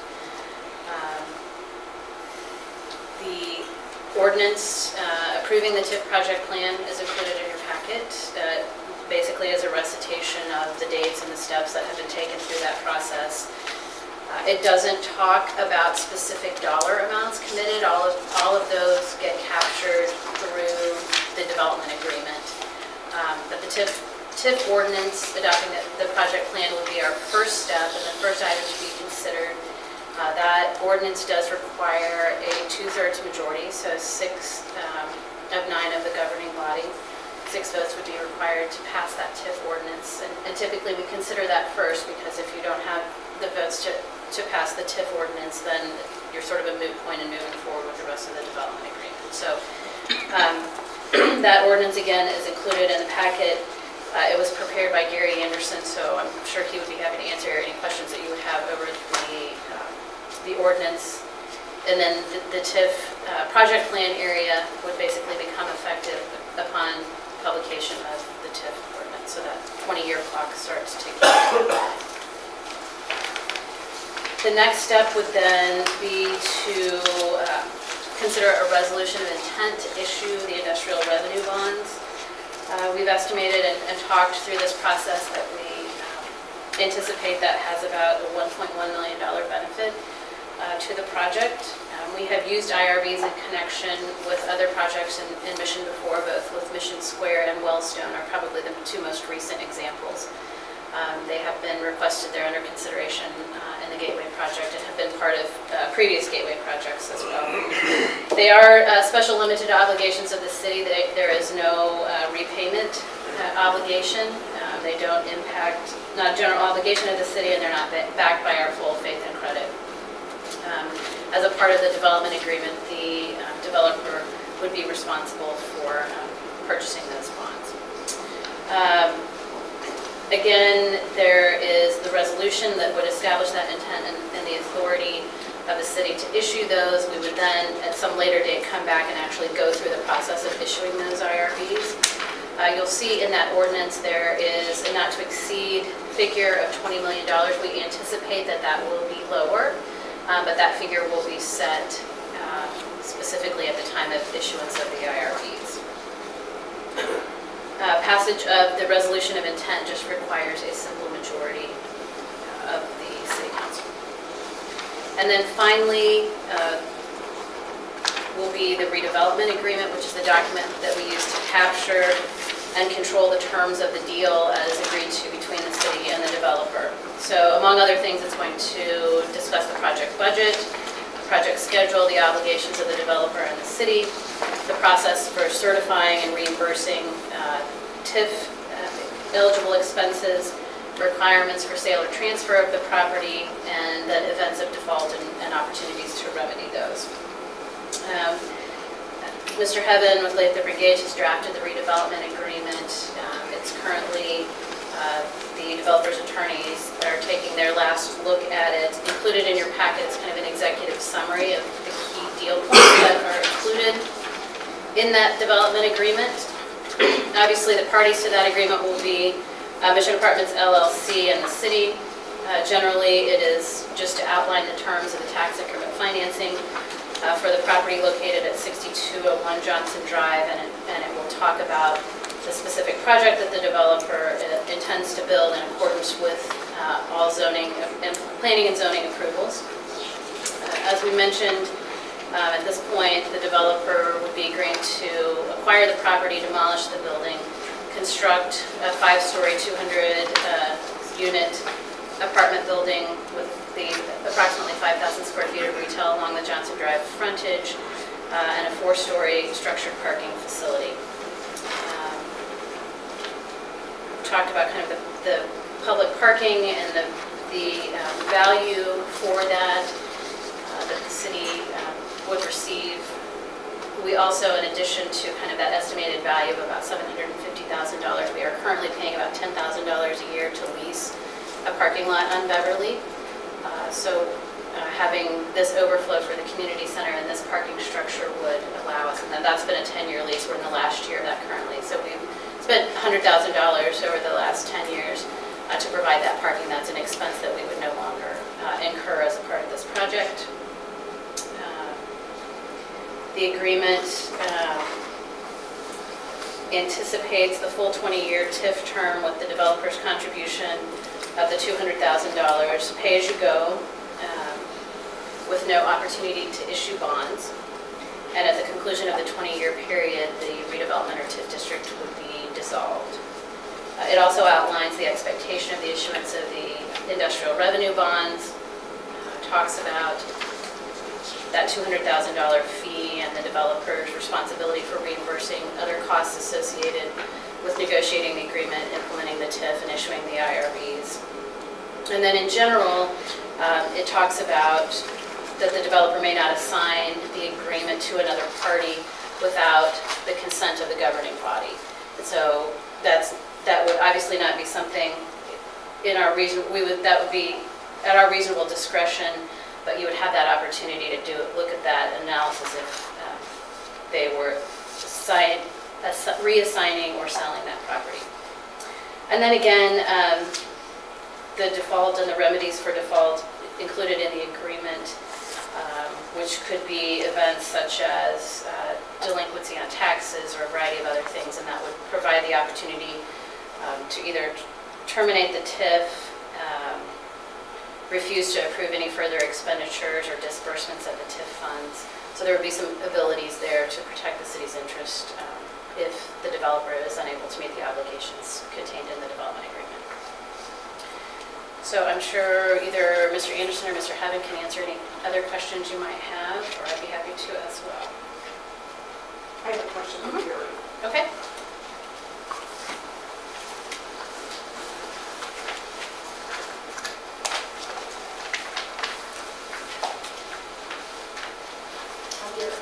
Good evening. With the city potentially entering into 2 mega large projects, one at the east end of town, this one, and potentially another one coming up, how does this impact our credit rating for vulnerability of anything failing? Well, maybe I'll defer to Bruce about the specific question on your rating, but you know, I think the rating agencies realize that not every project is successful in communities, and there can be a whole variety of reasons why that is.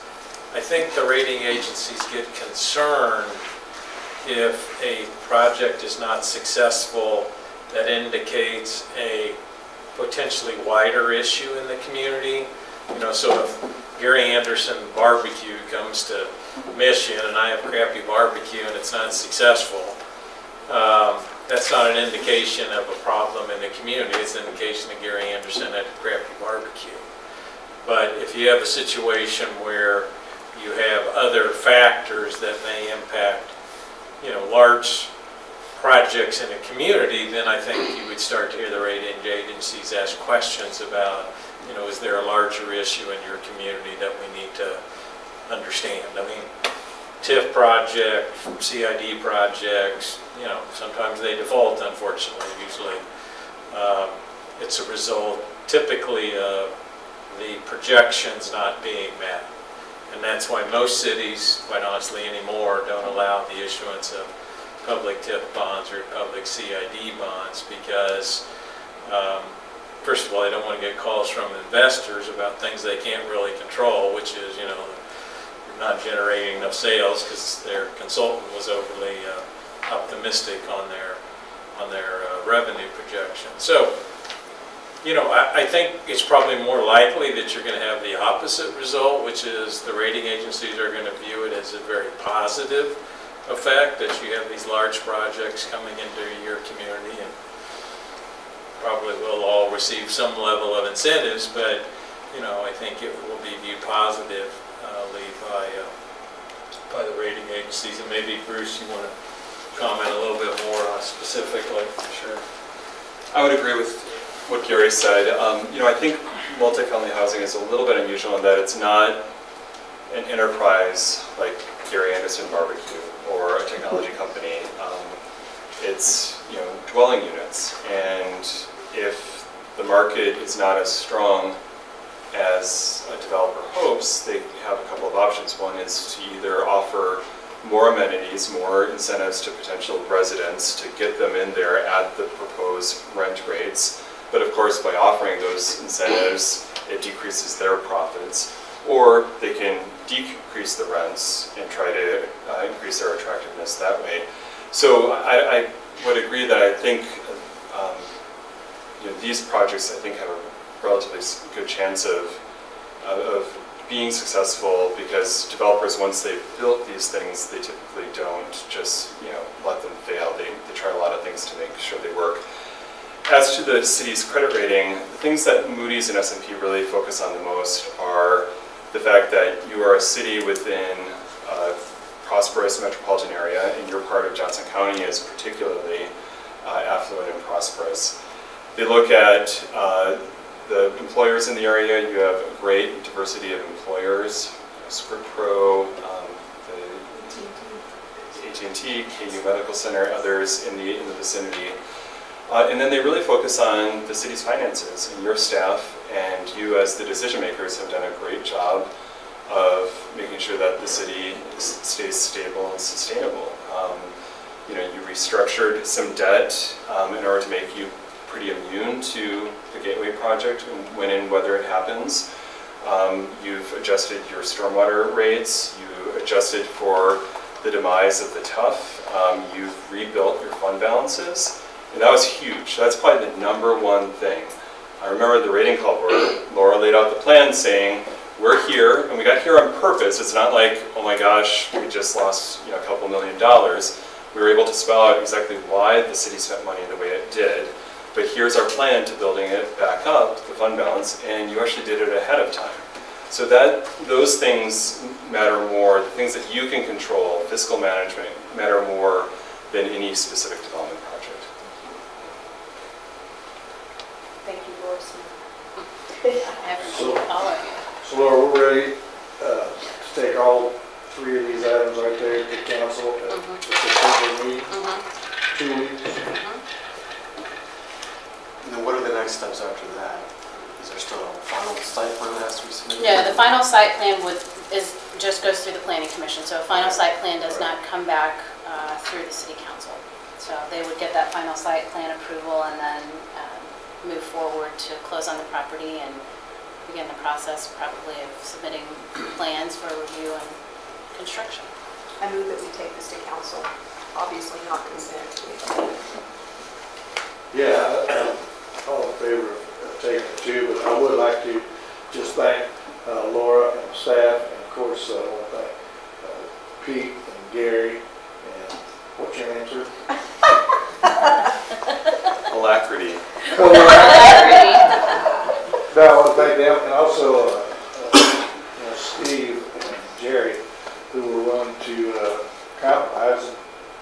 with Bruce and the guys to meet what we wanted as a council for the city. And I think it's a good plan. I'd like to see it come before us for the vote. Okay, I think we should take it. Absolutely. Not consent. Great. Next up, we have an update on the cereal beverage permit application for Target. Martha. Target has submitted an application to start selling CMD at their stores. All those applications do come to council first for approval, and then they'll come back again, anyone who has a permit at the December meeting. They renew annually. They run January to the end of the year.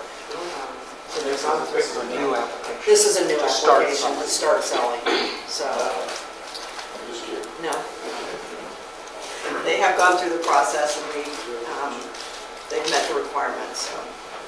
I say take it. What, can I ask a question? When Target came in, were there any restrictions put on Target? Why they didn't decide to sell at its opening? I don't think they had, I don't think they had sort of the grocery operation that they have now. So I think the refrigeration systems and some of those other things probably influenced that. I don't know, this before my time, but that would be my guess, is they've expanded more into that market. Is there super Target status, which we don't have, They didn't. based on the quantity of grocery items and other things they sell? Because they add more and more groceries. I'm just curious. Does that? I don't know, we can probably find out. We typically have like a full-on meat counter and butcher and everything there. Super Targets. This Okay, one does maybe not. that's So the Right, I don't yeah, you know have if that's- you're right, a delicatessen or bakery or Right. some of those other Okay. kinds of Yeah, things. bakery and a whole. Full departments. Yes. I move we take it to council. Consent or, no, not? Yeah, Consensus? okay. Consensus. All right, next up, we have an update on our November city council meeting schedule. Yeah, so your regular legislative meeting is scheduled for November 15th, which is, happens to be the time when council members Kring, Rothrock, and Schlossmacher will all be attending the National League of Cities Conference. So if we have one more council member who's absent, we won't have a quorum, we wouldn't be able to conduct business that evening. So our recommendation would be that we consider moving your legislative meeting in November to the 8th. If we go the following week, then you're the Wednesday before Thanksgiving, and I think that creates more issues. I like the idea. What do we need to do? You would just need to make a motion and vote on that at your council Next meeting. Yes, and that way we can publish that and communicate that very clearly. That is September. I think we should. I have a solid waste meeting. I'll have to be here. And I would say we could take it by phone, but that the first night of the National League of Cities is when they have everybody gather and you kind of meet different cities and stuff, so it's. I'm okay. Are you guys all right with changing the date? Yeah. All right. Shall we take it to council? Consent. Consent on that one? Next up, we have a discussion item on the gateway incentive requests. So first one,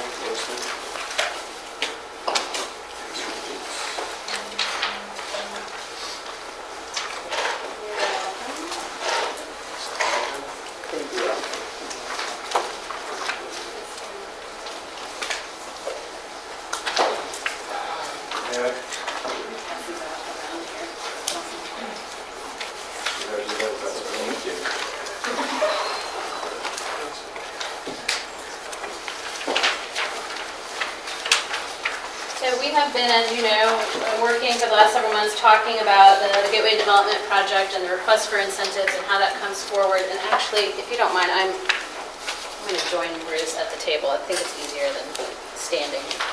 So we have been doing a lot of number crunching. In fact, a couple of weeks ago, Matt Valenti went up to Minneapolis and actually met with Bruce, and they spent the day kind of reviewing numbers. And as we've been looking at those numbers and thinking about how to move forward and talk about this request, I think it became apparent in some of our conversations over the last week and a half that before we really start throwing a lot of numbers at you, that maybe what we need to do is take this step back and have a conversation this evening about the project in general and some of the obstacles and challenges that we've seen along the way, so that as we move forward to really analyze these numbers and consider and put together those deal points, that we make sure that we understand the areas of concern that you might have, in those areas where you'll be looking for us to safeguard the city's interests through that process. We think we have a pretty good handle on that, but I think it's worth having that conversation and making sure we have all of those identified, and then thinking about, how that moves forward. So, honestly, as we look at this and we think about it, and so often the project has a long history. If you read stories on the Shawnee Mission Post or the Kansas City Star or the Pitch, and you read the comments, there's often a lot of negativity and skepticism and criticism that's out there. And so, we kind of took a step back and said, do we, as the city and the developer of the Gateway project, do we have a common goal? And we think the answer is yes. And what is that common goal? And I think the answer to that is we both have an interest in developing the entire project as it was approved by the Planning Commission as quickly as possible in a way that's going to benefit both the city and the developer. So with that in mind, and if we don't feel like that is our common goal, let's talk about that, but we feel like that's the direction that we've been moving over all of these years, and that's what we would like to see for that community. So if our goal is the same, then what are those obstacles or challenges that seem to stand between us and us reaching that common goal? So we really tried to just kind of identify some of those and want to talk about those this evening. I think the first one that we hear very frequently is a concern with sort of trust and credibility. And I think we've identified here that comes in a variety of ways and relates from a variety of sectors. So you have issues, I think, city council and city staff with confidence in the developer's ability to bring the project to fruition. I think you as council members and we as staff have issues of trust and credibility potentially with our Mission taxpayers and Mission residents about the ability to bring this project and a project that's desirable for the community to reality. I think there's the potential, and I think Tom would tell you and has told us that there's credibility with the potential tenants that they're trying to attract to the development because it's gone on for so long. Is it going to be a reality? They're taking steps, and I think one of the things that they've communicated is that, by taking this phased approach, submitting the plans, which they have submitted the plans for plan review, and that piece is moving forward, that it is, and they still believe very seriously that is a very significant step to communicating to the development community that this project is happening and is moving forward and will help attract that interest in that. In fact, I think they're asked frequently about where they are in that process and plan submission. Is this really happening? Is this really moving forward? I think that there's a lot of trust and credibility and quite honestly, misunderstanding or misperceptions in the community, and there have been for many years about who owns the property, who has control of the property, what the city council or the city staff's ability is to force something to happen on that site.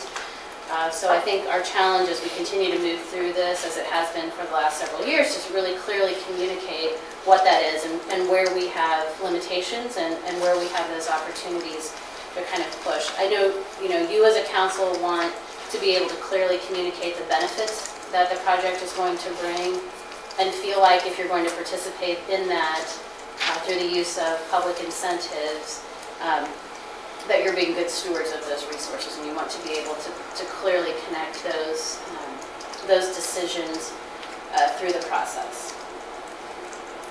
Other issues in terms of trust and credibility. There are some things that we can do and manage through the terms of the development agreement that can help address some of these things in terms of performance standards.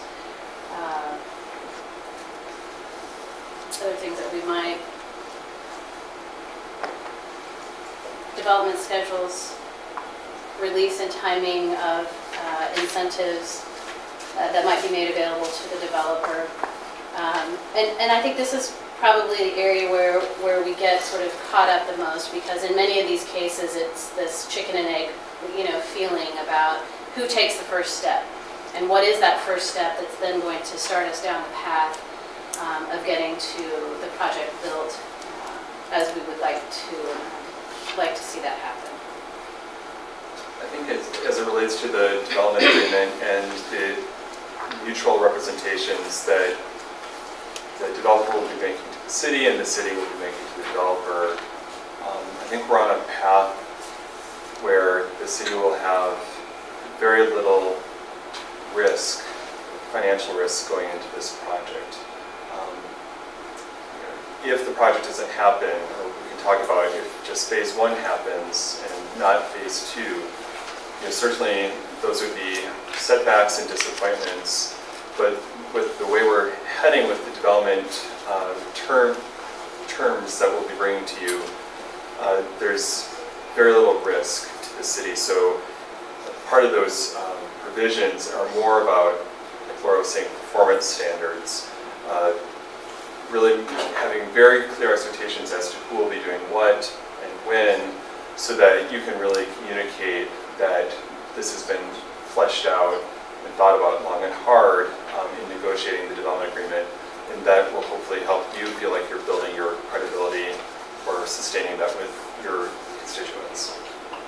And I think in just our conversations with the developer, I think they've learned lessons along the way as well in terms of how they've approached the conversations with the architects and the construction firms in terms of making sure that they have a clear understanding of the construction costs, and so that there aren't surprises as we go along through that process. So I think we're all looking for ways, and we'll continue to look for ways through this process to minimize that risk, to protect those interests, and to really build and sustain sort of that trust and credibility in the project. I think we're really hoping that in addition to sharing these thoughts with you about these obstacles that we're perceiving and that we've heard about, that you'll give us feedback on each of these topics as you see fit too, because that will just help us do a better job of representing the council's perspectives and interests in negotiating this development agreement. So if you have other observations on this trust and credibility issue or the other obstacles as we're laying them out going forward, please jump in. Also, you probably saw Tom and Matt Valenti, their lawyer, Evan Fitz, and then if you have an Gary Anderson are here too. So a whole cast of characters. So are you looking for feedback as you're going in? Yeah, I think that would be helpful if you've got some. Absolutely. Maybe it can't be that helpful, right? But has to do with the trust and credibility. I believe that it is you use the word misperception, but it's definitely a perception problem, whether it's the general public, council, whatever, as far as trust and credibility of the developer. It's doesn't matter whether it's warranted or not. It's there, and we've got to deal with it. And I'm hoping that we can, as council, look at this and trust that we're going to have an agreement put together that definitely covers the city. And that's our main thing, is to take care of our taxpayers and constituents here in the city of Mission. So, yeah, we trust you and the lawyers, Gary and Pete, to put that together, and we'd like to see it move forward.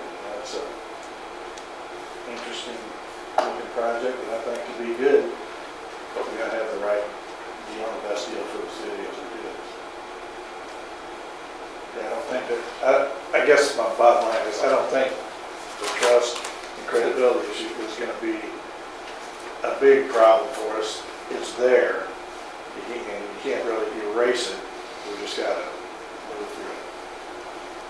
That's my opinion. Another concern that we've heard sort of frequently is this concern over the delinquent taxes and the special assessments. And so I know that's a question that you all get frequently. And so I know I had shared some information a couple of weeks ago, but we did want to address that, specifically and just sort of in a more public way talk about the fact that when the stormwater expense was converted to a special assessment, that was done at the time that the development agreement for the 2013 project was about to expire. And so the city very deliberately and knowingly made the decision to convert those stormwater expenses to that special assessment to provide the longer term protection of our investment in that stormwater system. So by putting it and creating the special assessment and putting that on the tax rolls, it preserved our ability to sort of be at the table as things occurred and happened with this property over time. So I think it's an important point that sometimes we overlook, that was a very conscious decision to protect the long-term interests of the city, knowing that we may give up some things in the short term because we lost control in terms of determining when the taxes might be delinquent. And so it can be frustrating, not entirely unexpected. And so then we think about what is the fastest way, the most efficient, most effective way to bring the taxes and the assessments current. And I think that is to reach an agreement on the TIF and CID incentives that will allow the developer to proceed to secure that bank financing.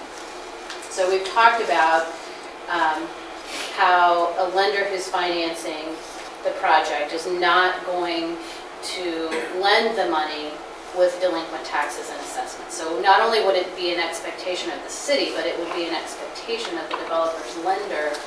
And so if those aren't brought current, then he doesn't get his financing and the project doesn't move forward. So we aren't at risk for anything there other than being out that money, which is delinquent at that point. So you kind of have this added protection through what will be the lender's requirements if we're able to reach an agreement on the TIF and CID incentives. And then operating under that redevelopment agreement allows you to sort of capture those unpaid or delinquent taxes and consider them an event of default under that redevelopment agreement, sort of contractual default there. And then it requires the developer to remedy that or risk losing the benefits. So again, the taxes become current at the time of that financing protection. Because I know that's one of the questions that that we hear frequently is it's hard to talk about providing incentives to someone as their taxes are delinquent. And I just want to emphasize that last bullet. I think this is really key that when you think about leverage and accountability of the developer to the city, they're going to be under great pains to do everything they can to not hit that default button, right? And so making those tax payments and social assessment payments, in part it should be easier because really their tenants will be bearing those costs through the rent structure. But from a practical perspective, just in terms of timing and making sure that those amounts are being paid on time and in full, they're going to know that if they don't do that, it's going to potentially trigger the loss of TIF and CID, and a lot hinges on that for them in terms of their overall financing structure. So there's a lot of leverage there. It's not just a throwaway clause in the development agreement, and I think that will be an important part of what you can tell the public is that, although they're in default right now or they're delinquent, it's very unlikely for a variety of reasons that would be true in the future. Is that a standard component of a redevelopment agreement? Yes.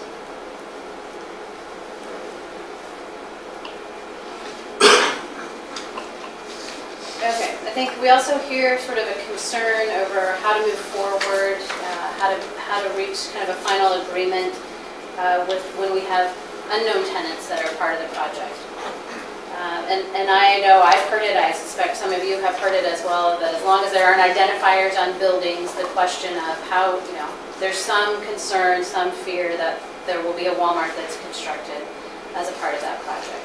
The planning and zoning approved what? And if I can just clarify, we're really talking about the major retail space that would be on the east side, right? In lieu of Walmart, the developers are anticipating about 140,000 square feet of a retail space, or multiple retail spaces there, and that's a big part of the TIF and the CID as well. But I think there are protections and provisions through your planning and zoning process. You would have to go back through a planning and zoning approval process, so there's not really this ability to sort of sneak something that you're unaware of or that you aren't interested in having into a project. I think as we thought about it, and this is something that was kind of relatively new, or at least I hadn't thought about, but when we think about the project as it's currently designed and approved today, I think there's a greater sort of resiliency or flexibility in the ability to reuse the buildings. I think Mr. Quinn had made a comment at a few meetings ago about, who knows what will be there, who knows who the tenants will be 20 years from now. I think the spaces are more flexible, have the ability to accommodate and respond and react to some of those changes over time, and that's certainly something that we want to build in to that development. That's a benefit to both the city and the developer to be able to think about keeping those tenant spaces full over time. I think one of the other pieces is without the tenants being secured, you're not ever going to be able to move to your special obligation bonding. It's just not feasible, and so the project doesn't move forward at this point. So again, you don't have the tenants, you don't have the bonding, you don't have the project, the city's dollars are not at risk. The balance there is the site could remain undeveloped for an extended period of time. And so I think that is what is our worst case scenario, is that the site being vacant for another 5 years, another 10 years, and kind of balancing those pieces with unknown tenants. I think you also have the potential here, if you don't have a deal that's going forward, that you would still be looking at potentially at the delinquent taxes and the delinquent special assessments, and you would still have kind of that extended period of time to reach development of the project in its really in any phase or in its entirety, most certainly. I think also we've heard concerns about what if phase one is the only phase of the project that's built. Based on the analysis that Bruce has done so far, the clear financial incentive for the developer is to complete the entire project. In fact, and Bruce can speak to this more specifically, I mean, it's a negative IRR for the developer if only phase one is completed. I don't know, that's about it. It sort of speaks for itself. So I think it that would be permanently underwater. Right. Eventually, the cash flow would come above water, but in terms of the overall investment that's been made historically, and that would be needed to be made to do phase one, because it's going to be additional equity into the project as well as debt. Even if those apartments are fully leased, and even if that first floor retail space does well, the economics just aren't enough. There's not enough oomph there to pull the deal together. They really need the phase two elements, the hotel, the larger retail, and it looks like the office will be part of that as well. And I think the thing we've tried to point out here is, as we've tried to evaluate it, what are the pros and cons, what are the upsides and downsides, and I think there are still some benefits the city could realize through the construction of phase one. You're still going to have that investment of approximately $33 million in the community, 200 plus new residents, those sorts of things. And the same provision in terms of keeping taxes and assessments would apply even if phase one, let's say they move forward with phase one and the economy tanks such that they just can't do phase two, they would still be on the hook to make sure that those assessments and taxes are paid in full. Another concern that we hear or have heard is over sort of what we refer to often as the legacy costs. Those costs that have been incurred over time through the 10-plus year life of the project. I think, the perception again is that if we participate fully in paying those legacy costs, that somehow we're paying for the sins of the past, and is that our responsibility? I think so. It really becomes, breaking that back down and being very clear, and what are the components or pieces of this project that really make it infeasible or unattractive for a developer to complete without some sort of public assistance. Gets us back to that but-for test for the city's participation in the first place. And then the redevelopment agreement can be very specific in terms of the project costs to be funded with TIF and CID. Have we got that ironed out yet? No, that's still needs to be worked out. Okay. I'm working on it, I'm curious. We have the developers' final and complete set of project budgets and performas and TIF and CID projections. We've, at others, we have been making some tweaks just to make it easier for us to run different scenarios and sensitivity analyses that we'll be using as we think about how best to advance the city's interests and still get the deal done. But we feel good about having numbers that aren't going to move, even though the project is still evolving, as they pursue these major tenants and refine project cost estimates. But in terms of the numbers that we need, we feel like we've got a good set of numbers with which to proceed. So running through sort of that laundry list, are there other obstacles or challenges that come to mind for you that we haven't identified through the process? Areas where you would be looking to mitigate risk for the city? Or if you have a different take on what are the obstacles that we already identified, if you feel like we haven't fully captured the concern or our perception issue.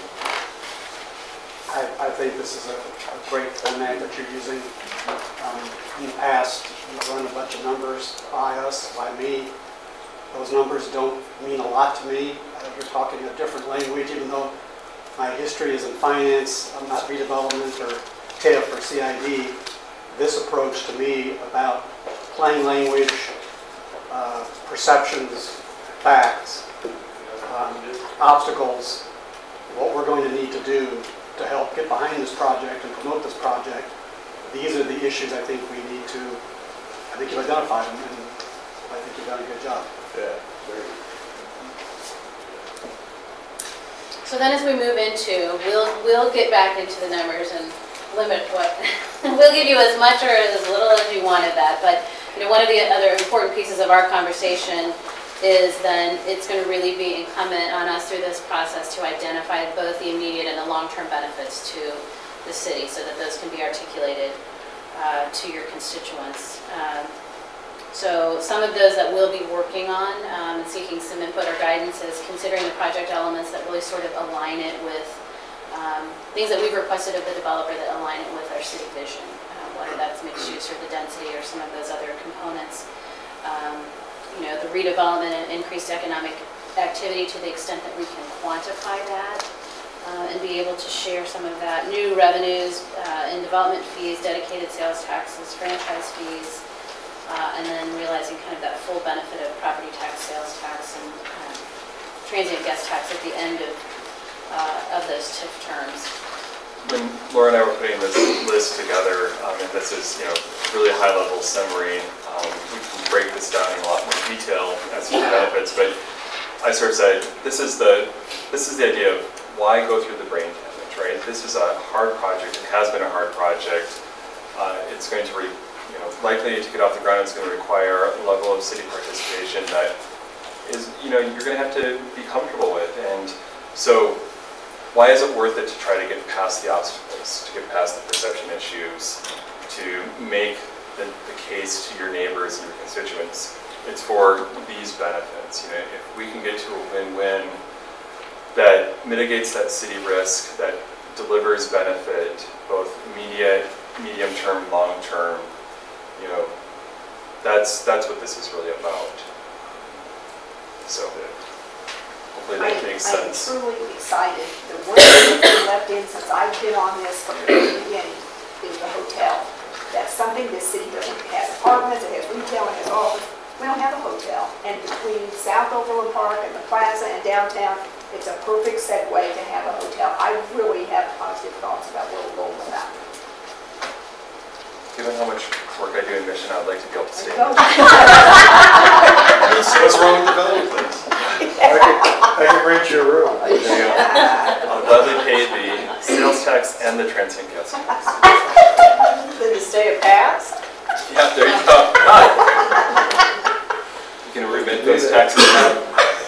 So as you know, we're really trying to move toward bringing all of these component pieces together for consideration at your October legislative meeting. We've kind of laid out a schedule which can be adjusted, and obviously we'll take, if we need to schedule some additional meetings. But I think some of our conversations over the last week have helped me sort of reframe the issue and the direction, and maybe how to pull information together to get us to the point where we feel comfortable making that decision. And I think our time is best spent over the next couple of weeks working with Tom and Matt and their folks to make sure we're as comfortable with the numbers as we can be, so that we can bring those back to you. And that's kind of what we have for this. It's really hard. No. Yeah. I'll keep it. This is really helpful. I like the sound. I mean, it's kind of, you put into words what a lot of things are going on, hearsay and other, and in our minds and hearts. So I think this really helped a lot. Good. Yeah, I'm gonna put those benefits, those bullet points there on a business card size deal. Right, I mean, when people are asking about, we'll say, well, here it is, and share it with your friends, and there are benefits to it. Good info to have. So what kind of numbers are being, without knowing who any of the tenants are, how do you guys work numbers on that to try to get an estimate? Yeah, well, so this is privileged information, but I do have an idea of who the target tenants are and what kind of uses they're going to be and what kind of activity they're going to generate in terms of sales per square foot, as well as what a reasonable expected rent would be for that type of use. So that has been shared. As the Valentes have described before, they're wanting to keep that information confidential until they have leases that they can announce from the mountaintop, as I know they will want to as soon as those deals are struck. But it kind of speaks to the point Laura made about economic viability long-term, as well as flexibility. I think the tenants they're pursuing, the uses they're pursuing are very, very strong and will suit this project and mission really well if they can be brought to fruition. The other elements are a little easier, Nick. They're looking at the apartment rents, the values that those apartments are likely to have in terms of taxes, the smaller retail spaces, the hotels. There's lots of information that's been shared on room rates and the other variables that go into both the pro forma for the hotel as well as the sales taxes and the transient guest taxes that will be generated, and the office as well. Do we know an estimated time frame when the tenants will enter into a lease, or are we still kind of several months away or next year? Do we know? We haven't. They're working with alacrity to try to get that done. I would have to let the developer describe that, but Probably soon. Tom, how are you feeling? Feel pretty good. How about you?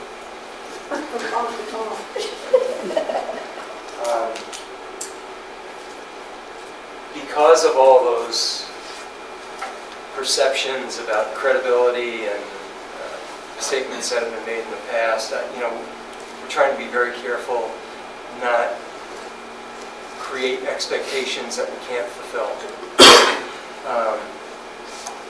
We are out to lease with the larger tenant, and the larger tenant is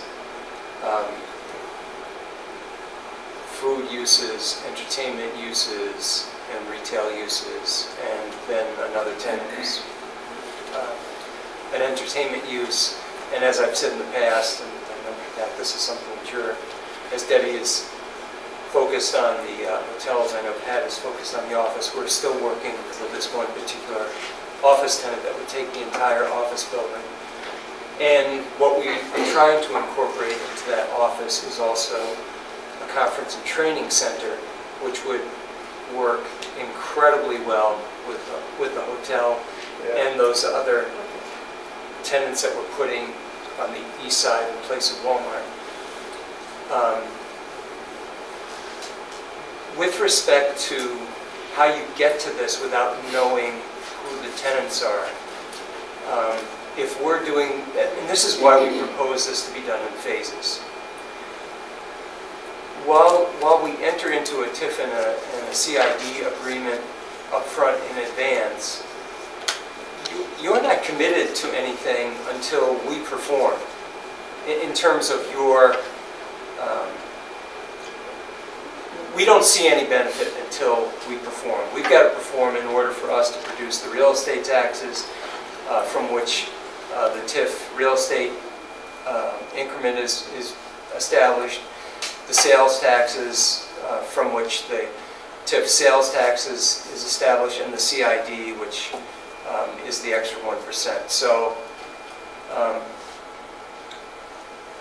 we needed to go forward with phase one as much as to reestablish, hopefully, credibility with you and your constituents as it is as important for us to establish that credibility with our potential tenants.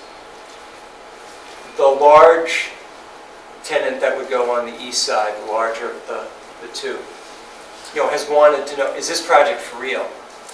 Because one of the people that's on their staff was involved in a previous deal that we had done for this project, and it didn't go forward. So he's very concerned that this project is moving forward. And what we've been saying to him is, look, we're going to get started. We're going to get started in this phasing. We need you to sign up. Now, they'd like to see progress. The question led to when the lease is out. It could be 60 days. I don't, the retailers have their own agenda. They've got other priorities. They've got limited staff. So it's hard to say, but I'm hopeful that that gets done relatively soon.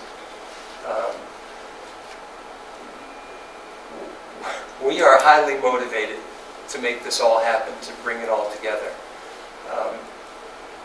We are digging ourselves into a worse hole if we do phase one and don't do anything else. I mean, we are personally on the loan. We are personally guaranteeing it. So if not only do we need to succeed on the first phase, we don't get out of that hole until we've completed the whole project. So,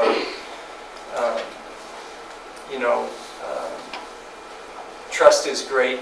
It's performance. We've got to perform. So, and I want to echo what all of you've said. You have an excellent staff, and they've done a great job, and we enjoy working with them. So, thank you.